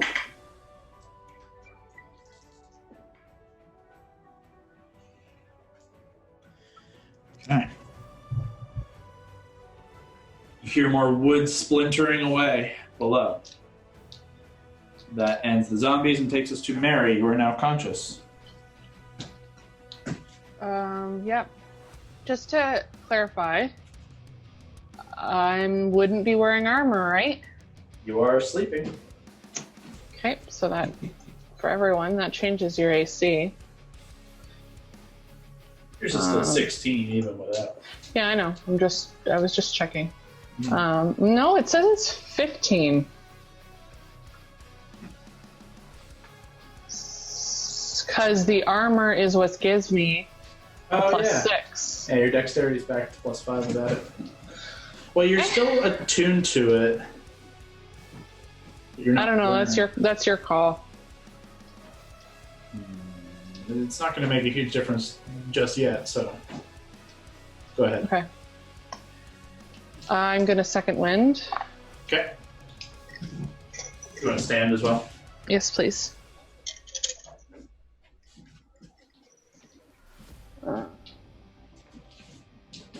I had rolled really good on that, so that's 20 hit points total.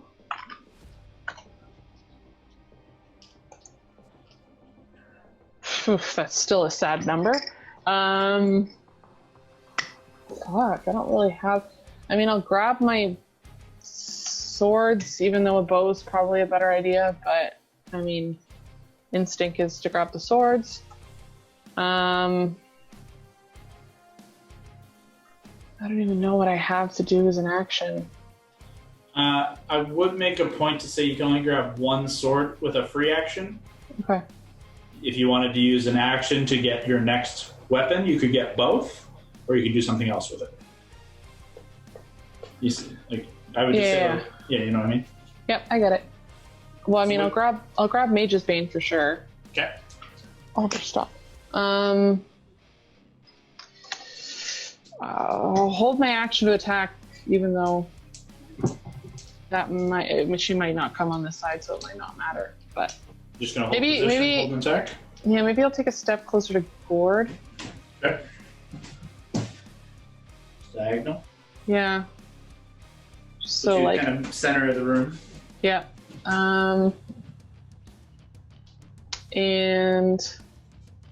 yeah, I guess that's it. Okay. But holding an attack? Mm-hmm. Okay.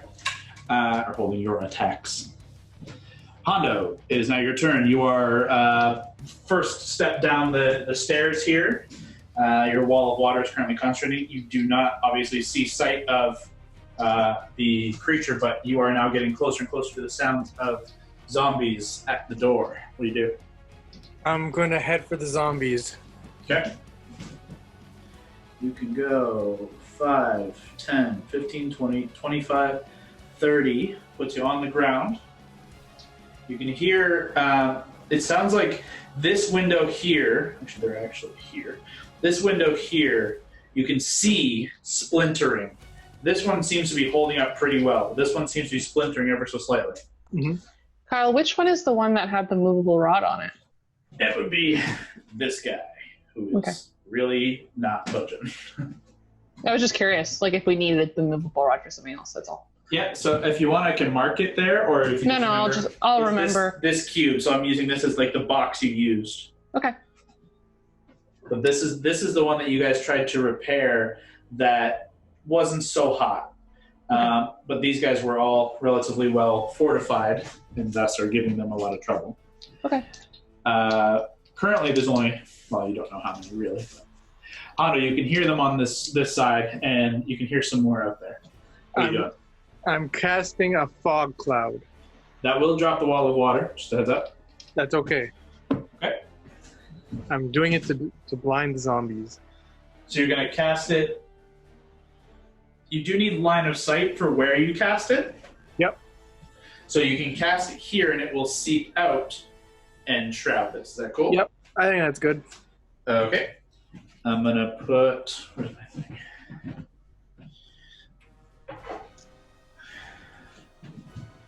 It's roughly that whole space, essentially. So I'm just going to remember, because it's going to be hard for me to hold this here. Okay. Or I can just do that. Fog cloud. It now enshrouds the space around this corner here. That's your action. You do anything with a bonus? For my bonus... You used all your movement, so you're currently out of move. But... Oh, that was my action, right? Yeah, that's your action to cast the cloud. I'm not in sight of the creature, right? No, definitely not. You don't even see these zombies, but you hear them trying to break through. Okay, well, I'm good then. Okay. On ends turn. Takes us to Lavender, takes us to Gord. Gord, you're up, and you are conscious, I believe. Yeah, Valentine healed you, so you are conscious, you are prone, but you are conscious. What do you do? How much health do I have? Scott, I think, healed you for 11. Yep. Yeah, that's right. So you should be at 11. Sorry, so where am I? I'm up on that platform, right? Yeah, so you're on the loft here, so using half your movement, you can stand up. That puts you at this point. So the stairs roughly are here to go down to the main floor. You don't see any enemies up here right now. You see Lavender is dead. These guys are holding an attack, preparing for something to come. But you can hear Hondo down below doing some other shit with potentially zombies trying to break through. Yeah, I'm going to cast Far Step down to where Hondo is. Okay. Casting Far Step, you teleport down below. That's your bonus action to cast that. You can't cast another spell, but you could use it. You could cast a cantrip, but you don't see any zombies just yet. They're still trying to break through the wall. But you could do also something else for your action. Like you could try and fortify, or I don't know, anything else you want to try.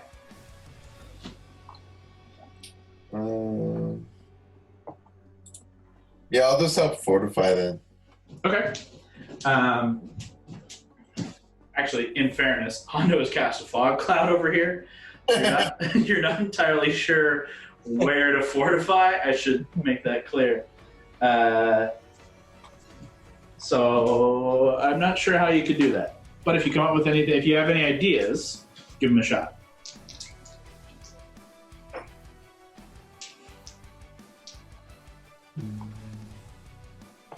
Really good. I'll just stand ready to attack. You can hold like an Eldritch Blast or something. If you see something come through, you can just fire an Eldritch Blast at it. Yeah, that sounds good. Okay. That takes us to Banshee. Banshee slides through the wall. Right where Lavender is laying. That does put her in range of Allie. But not Mary, obviously. If you want to hold, you let loose your 2 attacks. Yep, I'll do that. Okay. First one, 23 to hit. That'll hit. Okay.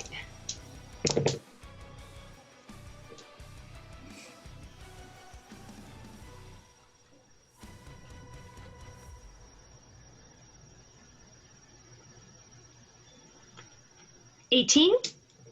18 points. Is that already having the lightning or thunder damage? Yeah. Okay, perfect. Okay, and second attack, 21 to hit. That'll hit. Okay. Yeah, she seems relatively easy to hit, though just resisting some of the brunt of your elements. But not overly difficult, which is kind of weird. And 21 damage. Oof, okay. You can see her form is already tattered and broken, but like you can see like it's starting now to like fizzle and kind of break, but is still going strong.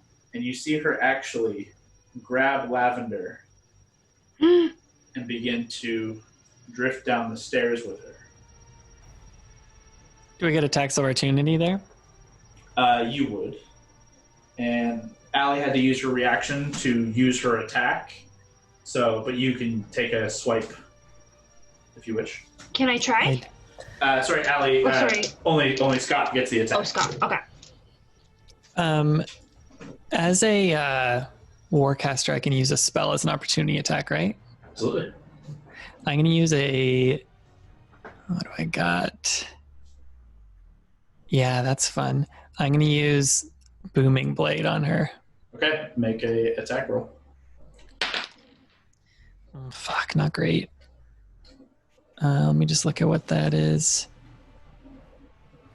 Ooh, but Aetherius, you bastard. 18. That'll hit. Okay. So it's thunder damage. Yeah, let me just pull this up. Why did you put away D8, Scott? There we go.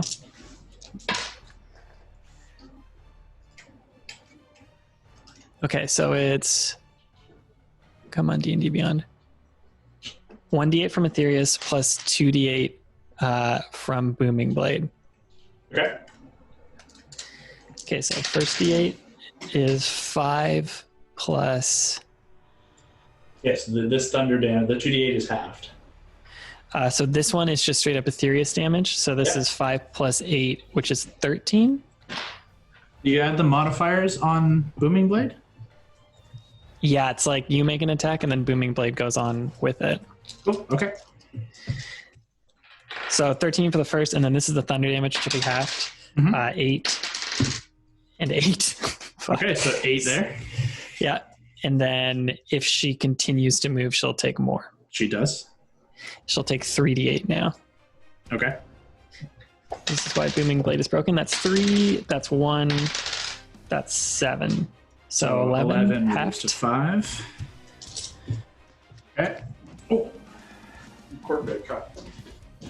You watch as Lavender's body, now dead, takes that same eruption of energy, and both are thrust back, but not quite dead.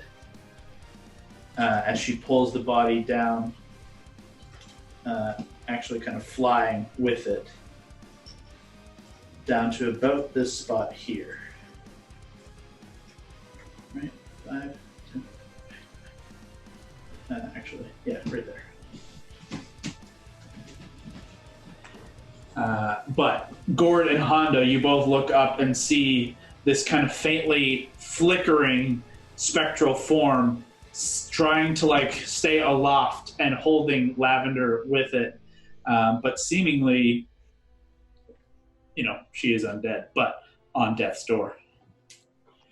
Seems to be flickering almost out of shape. And that'll end her turn and take us to Valentine. I will rush forward, and seeing her down those steps, I'll just fire 3 Eldritch Blasts at her. Yeah, you get down to like the corner so you can see down the steps, turn around, fire them off. That's 18 naturally, that's 14 naturally, that's 16 naturally. All 3 hit. And this is a D10. What the fuck is that? So that's 3 plus 5 is 8. 2 plus 5 is 7. 5 plus 5 is 10. Yeah, with that, absolutely. Her form, as she's trying to get away, is just erased, dropping Lavender, who falls and limp on the bottom of the stairs. Just definitely dead. But so is the Banshee. Val, you also note a large cloud of fog is spreading through here. I've seen that before. That's your action, and you only had to use 10 feet of movement to get where you are.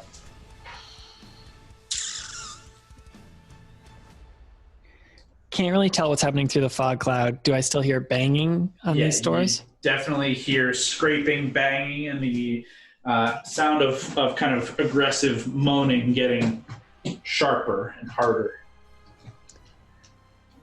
Okay.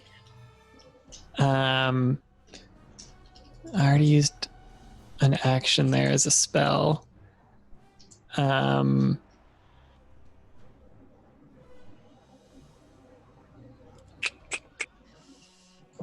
I think I'll bonus action inspire. I don't even know. Fuck. Kind of rattled. I will just go over to Lav and just like kneel beside her, just sad, and then I'll bonus action inspire Hondo and be like, we got to distract these zombies. Okay. And that's my inspiring words to you. Hondo is now inspired. That'll end Valentine's turn. Allie, you're up. Okay. I'll go down and join them. You can get right beside Valentine with your full move. Okay. And you see the fog cloud as described, and hear through it the feverish sound of zombies trying to get in. Okay. I'll just wait there for now. Okay. Yeah, and that's it. Okay. Then ends Allie's turn, that takes us to said zombies. Damn it. Come on, zombies?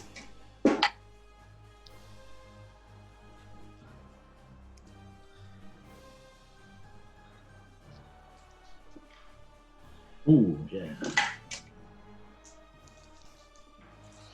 Ooh, well. You can hear the splintering and cracking and falling away of timber as it sounds like one of the windows is giving way.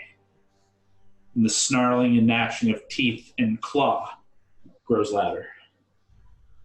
Takes us to Mary. I'm still near my stuff, right? Yep. Can I free action grab my bow? Yep. Okay. Just so I have it.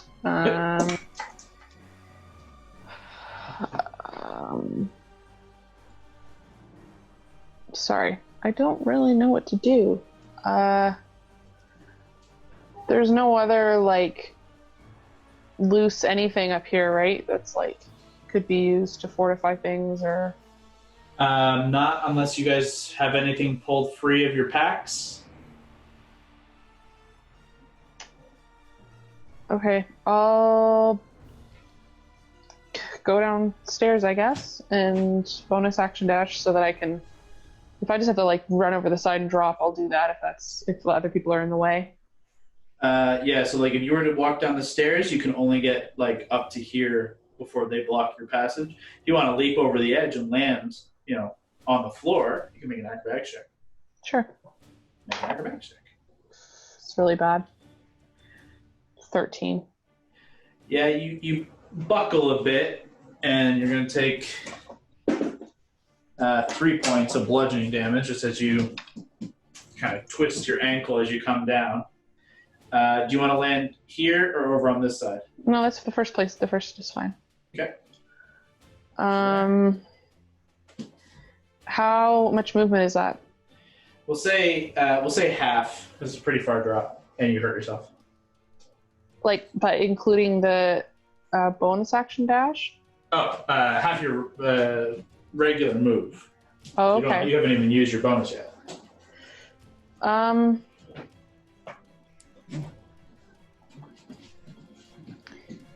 You said there were extra crates around. Were they like empty crates or were they rock crates or?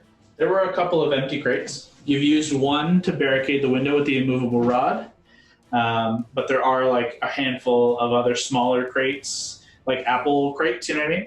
Yeah. Not like full boxes, but they could be like pieces broken apart and used to fortify. I'll just grab one. Mm-hmm. With, let's say, there are a couple right under the stairs here and a couple over there. So right here shifts you over under the stairs. You're able to grab a couple. I would say like to grab a couple will be your action. You've already used your free action to grab your bow. Yep. I guess is it fair to assume everyone's facing the one area? We can hear zombies over there. Yeah, the sound is unmistakable. I'd make like an educated guess of like, well, I know which window I thought was shottier. Is that fair? Okay. Yeah, you can't see it directly, but you have a pretty good idea. I'll just call out like, we need to get this shit barricaded better somehow. I don't know, and I'll just start taking the crates to that side. Okie dokie. So 20 to there. You can get to there without using your bonus. That's okay. That's fine. I'll do that, and then I'll use my. Currently in the fog. Can I use my bonus action to make like a perception check with my thingamajig or whatever it's called? Eye for detail. You have to do it at disadvantage, unfortunately, as a result of the fog. Yeah, that's fine. Oh, shit, trash. I rolled another 2. So that's only 8. Yeah, the fog is absolutely distracting. And, these zombies just sound like they are... you've faced zombies before, and they're always trying to eat flesh and trying to kill the living. But there's something about these ones that is ferocious and unsettling. That's all I have. Okay. That ends your turn. Takes us to Hondo. Okay. So, fog cloud encompassing this space. You are right there. I'm going to use... I can see the Banshee now. Banshee is dead. I'm sorry. No. The zombies... know where they are. You have a rough idea of where they are, but they are currently obscured by the fog cloud. There's no door at all, is there? The door has been barricaded by heavy crates. So that one is really safe, made by Alana. They're making holes in the wood. You can go and blindly stab through the holes and see if you get at some of them. Yep. I'm whack-a-mole, but with zombies. There's a window, though, I could kick down and... Right? Yeah, there's a window here, a window here, a window here, window here, window here, and a window here. There's several windows. I don't know. I just said something about making us make this more secure. So think. Okay, what I'm going to do, I'm going to kick down the window on the opposite side of the zombies. Over here? Yeah.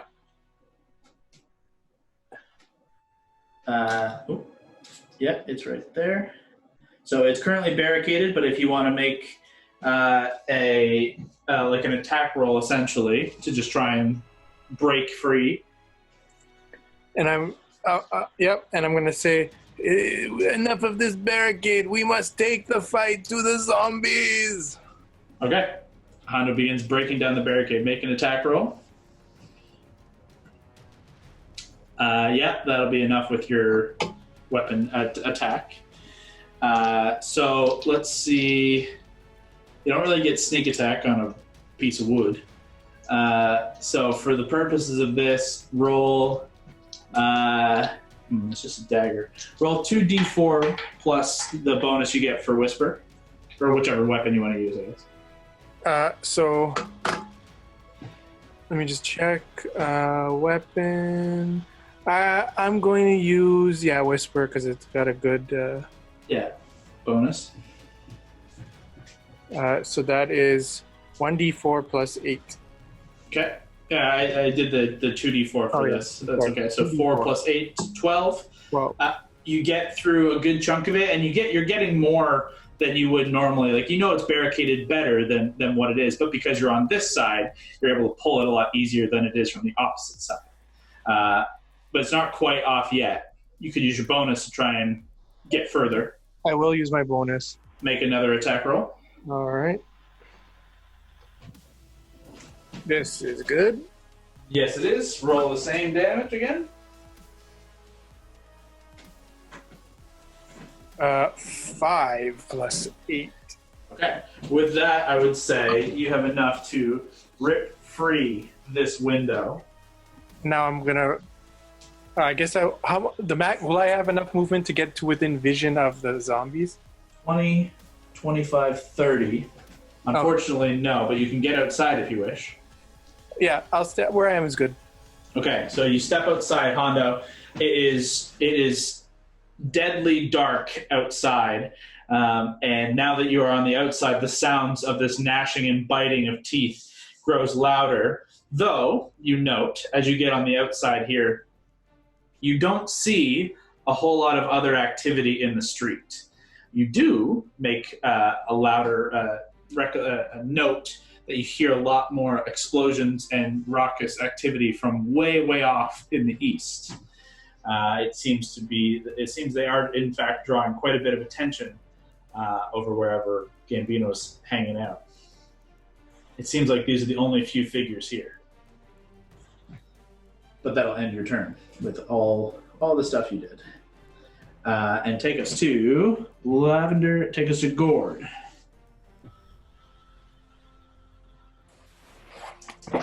I will get my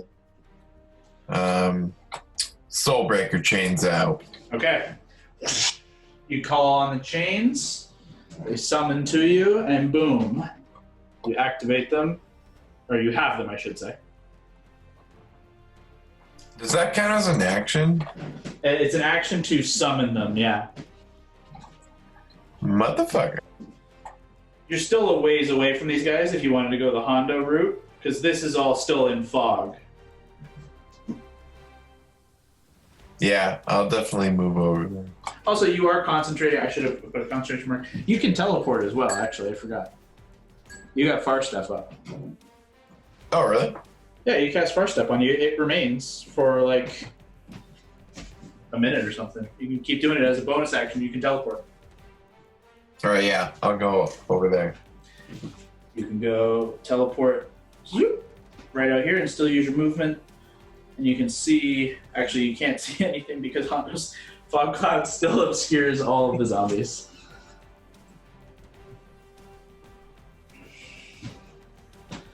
But you can get within range of getting them for the next turn.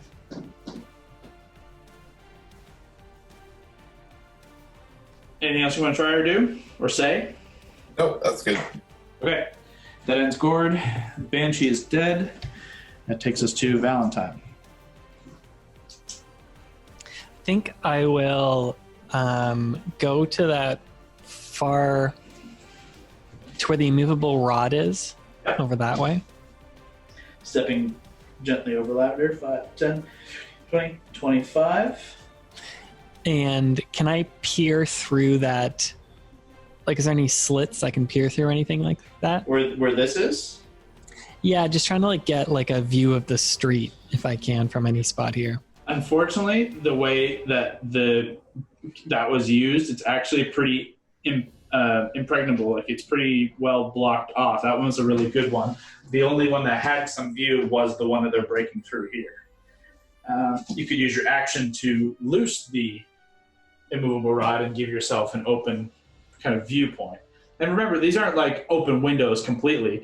It's just like, a small section that could be seen out of. That's okay. I'm going to concentrate and cast Minor Illusion like through the wall 30 feet. It's the range of it.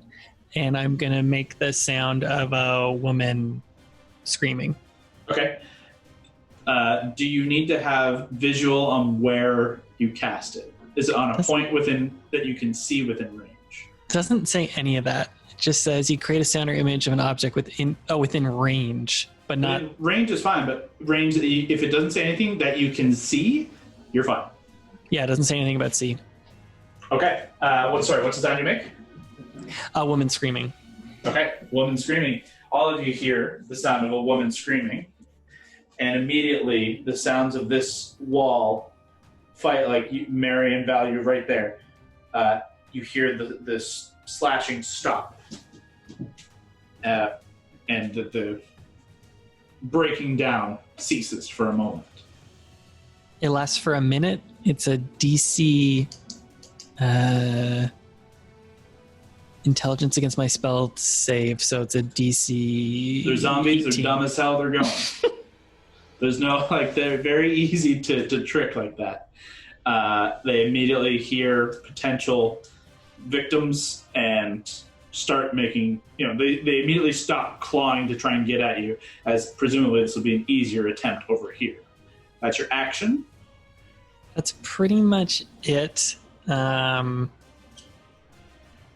I don't want to waste a bonus on anything. I'd rather just save spell slots. Okay.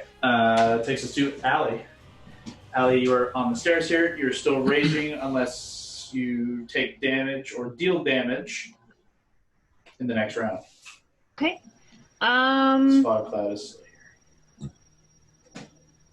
here. Would I see where Mary went? You unfortunately do not see Mary. You saw her go into the fog. Okay. But you don't see her right now. Okay. I will go towards where I saw Mary go. Okay. 5, 10, 15, 20. You bump into her as you get about 20 feet of your movement used. Right there. Can I help her? You can help. I'll allow a help as when Mary goes on her turn. Okay. You can get up in there and you can use help to try and fortify if that's what Mary intends to do. Okay. So yeah, I'll let you use the help action. Okay. For sure. That'll end Allie's turn and take us to the zombies. These two. 20 feet. Yeah. These two start shambling away. These two.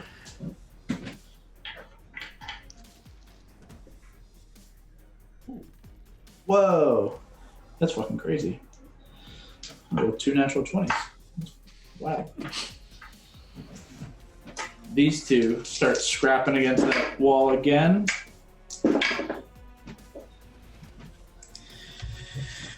And they're starting to claw at this one, and they've managed to find a really big break and pull apart a huge chunk. Mary and Allie, you both hear this hole just splinter, and through the fog, you can even see zombie arms beginning to wave within, and like one of their heads is trying to like shove its way through the hole they've created. But that's going to end their turn.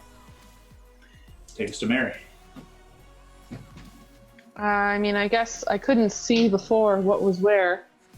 I mean, this seems pretty obvious, so I'd just rush, and I don't have a specific plan. I don't have tools on me, anything. I was literally just going to like hold these boxes up against this spot, just go and like smash it against where their arms are and shit. Against these guys here? I guess, yeah. Like, because went into the fog cloud not knowing which one was broken, but now that's where I hear zombies. Okay, so you are trying just to use the box to prevent them from getting in? I guess, like to try to push up against the hole and stop them for now, and maybe smash into their arms and do some damage, but I have no idea. Still can't really see, right? Is the fog clouds there? Yeah, as you get closer, you get a better idea of what you're facing, but not really. It's still pretty, it's just heavy fog. But you get right up on them as you hear the sound. It's very audible. It's very noticeable. You can go directly towards it. It's only 10 feet away. You get up there and just shove the box directly forward. And you feel the scrape of zombie arms trying to get around and snatch and slash. And you just kind of, with Allie's help, both of you slam the box over the space and contain the hole, contain the spot. I would say that any further damage would be there would be no further damage done to this space while you two hold that space. Okay. I don't really have anything current as a bonus action, so. Okay. Then that'll end your turn. That'll take us to Hondo. Hondo, as you continue your 10 feet there, you get around the corner, you can see that your fog cloud is shrouding any visual. I wouldn't be able to see through the fog cloud, right? That's correct. Can he drop that as a free action? Yeah. Okay, I will decide to drop it now. Fog cloud dissipates as you see your quarry. You're no longer concentrating. You see two zombies still fighting against this and get somewhat shoved back and then just dive back in further. And I can see them, right? Yeah, you can fully see them. I will launch Whisper. Let's see. 5, 10, 15, 20. So you get... Ooh, shit. Because I also have that long distance ability now. Did you take sharpshooter? Yeah. Oh, shit. I forgot about that. Then, fucking throw. Oh, yeah. And I rolled a 16. Yeah, nice. You hit. You definitely hit. That sneak because they're not expecting... Yeah, you get everything on this. So that's now... where's sneak? Sneak attack 5d6, yes. Yeah, 5d6 and 2d4 plus 8, I believe. Yep. So total 25. Yeah, 32. Do you teleport with Whisper, or are you just throwing it and leaving it? I'm good where I am. Okay.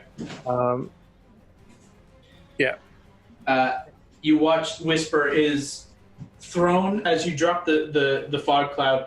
You throw Whisper, and it just dings perfectly to the side of the head, and the zombie immediately goes limp and drops. Whisper then reappears in your hand as part of its new return to you ability. And with my bonus, I can throw it again at the other zombie? Yeah. Wicked. Making another attack roll. All right. 20. Yeah. With your secondary attack, both of these zombies are just instantly, just one after the other, headshot, it's over. Let's see it. You still hear the screaming of a woman off in the distance, but you can't quite make out that the other zombies have left just yet. And that'll end your turn, I think. That's pretty good. I don't think I can move anymore. I can look at everyone and be like, is this not enough? It's just you and Gord outside. But that'll end Hondo's turn. And for the purposes of this, combat has ceased as Valentine successfully distracts the other two zombies. Hondo destroys the first two. None further seem to harry the exterior of the shop that you guys are hiding within, and you see and hear no further sounds of wailing of banshees. And with a little bit of time and effort, you can repair the broken windows. But first, you'll have to figure out how to repair Lavender. Next time! It's going to be a difficult conversation in the morning. Thanks for tuning in. Join us next time as the Wildcards are once again faced with a downed teammate and the task of tracking down an old rival. There will be a new episode up every Tuesday, so stay tuned. But until then, keep exploring.